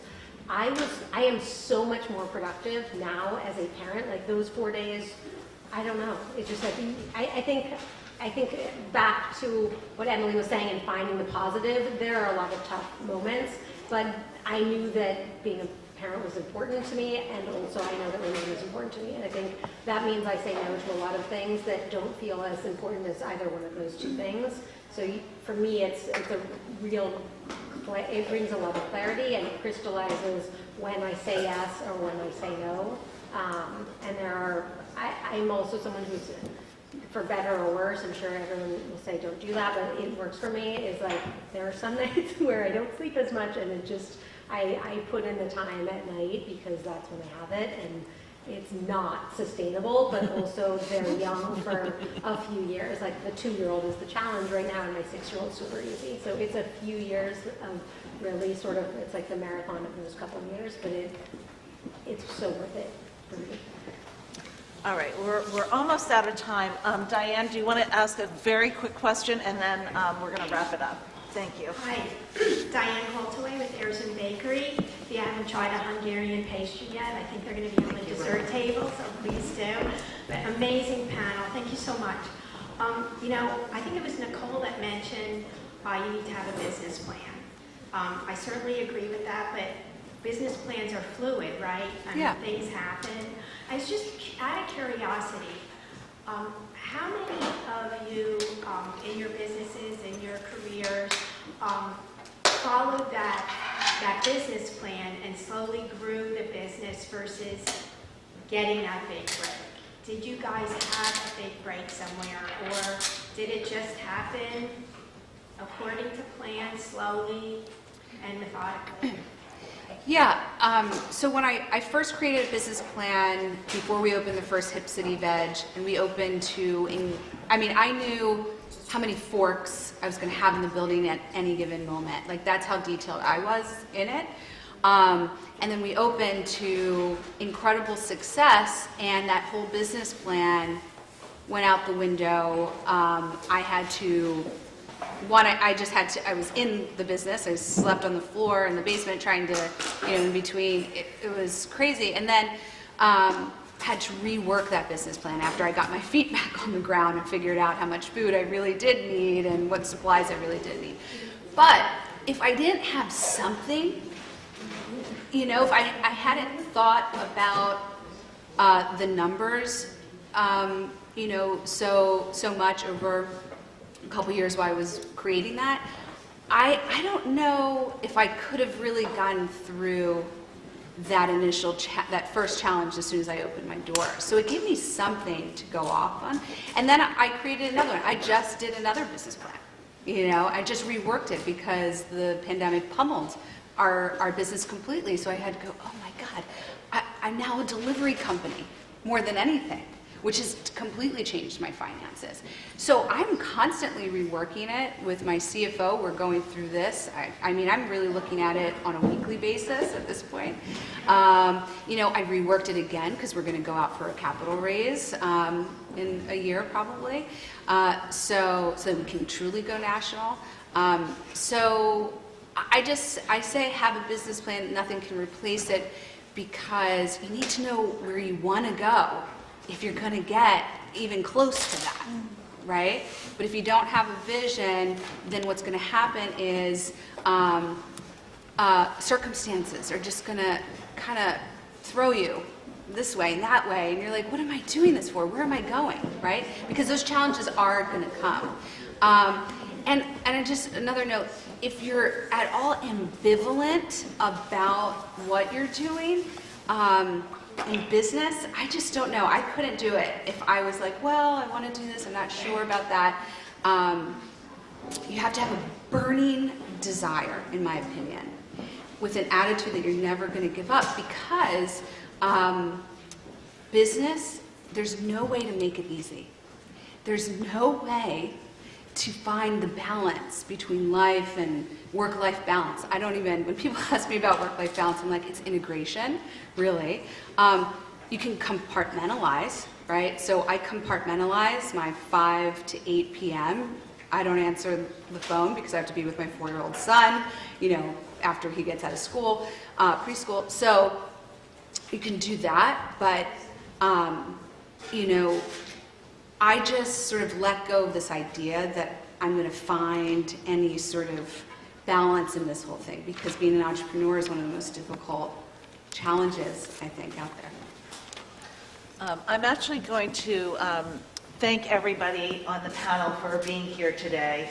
And I also wanted to thank all of you for coming, and I also wanted to give a little special thanks to a few people who went above and beyond in helping to make this conference possible.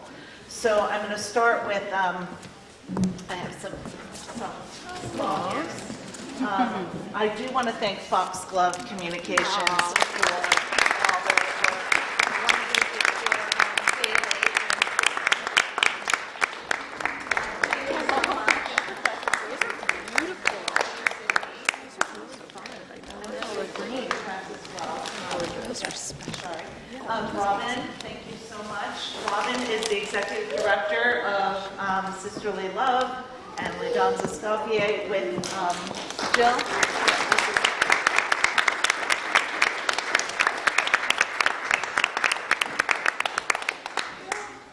And then last but not least, I'd like to give credit to Kamara Edwards and Avery Janelli because of all the hard work that they're doing in addition to their full-time jobs to help pull this all off. And I'm really proud of you guys. Thank you, Avery. Thank you so much. And Kamara, thank you so much.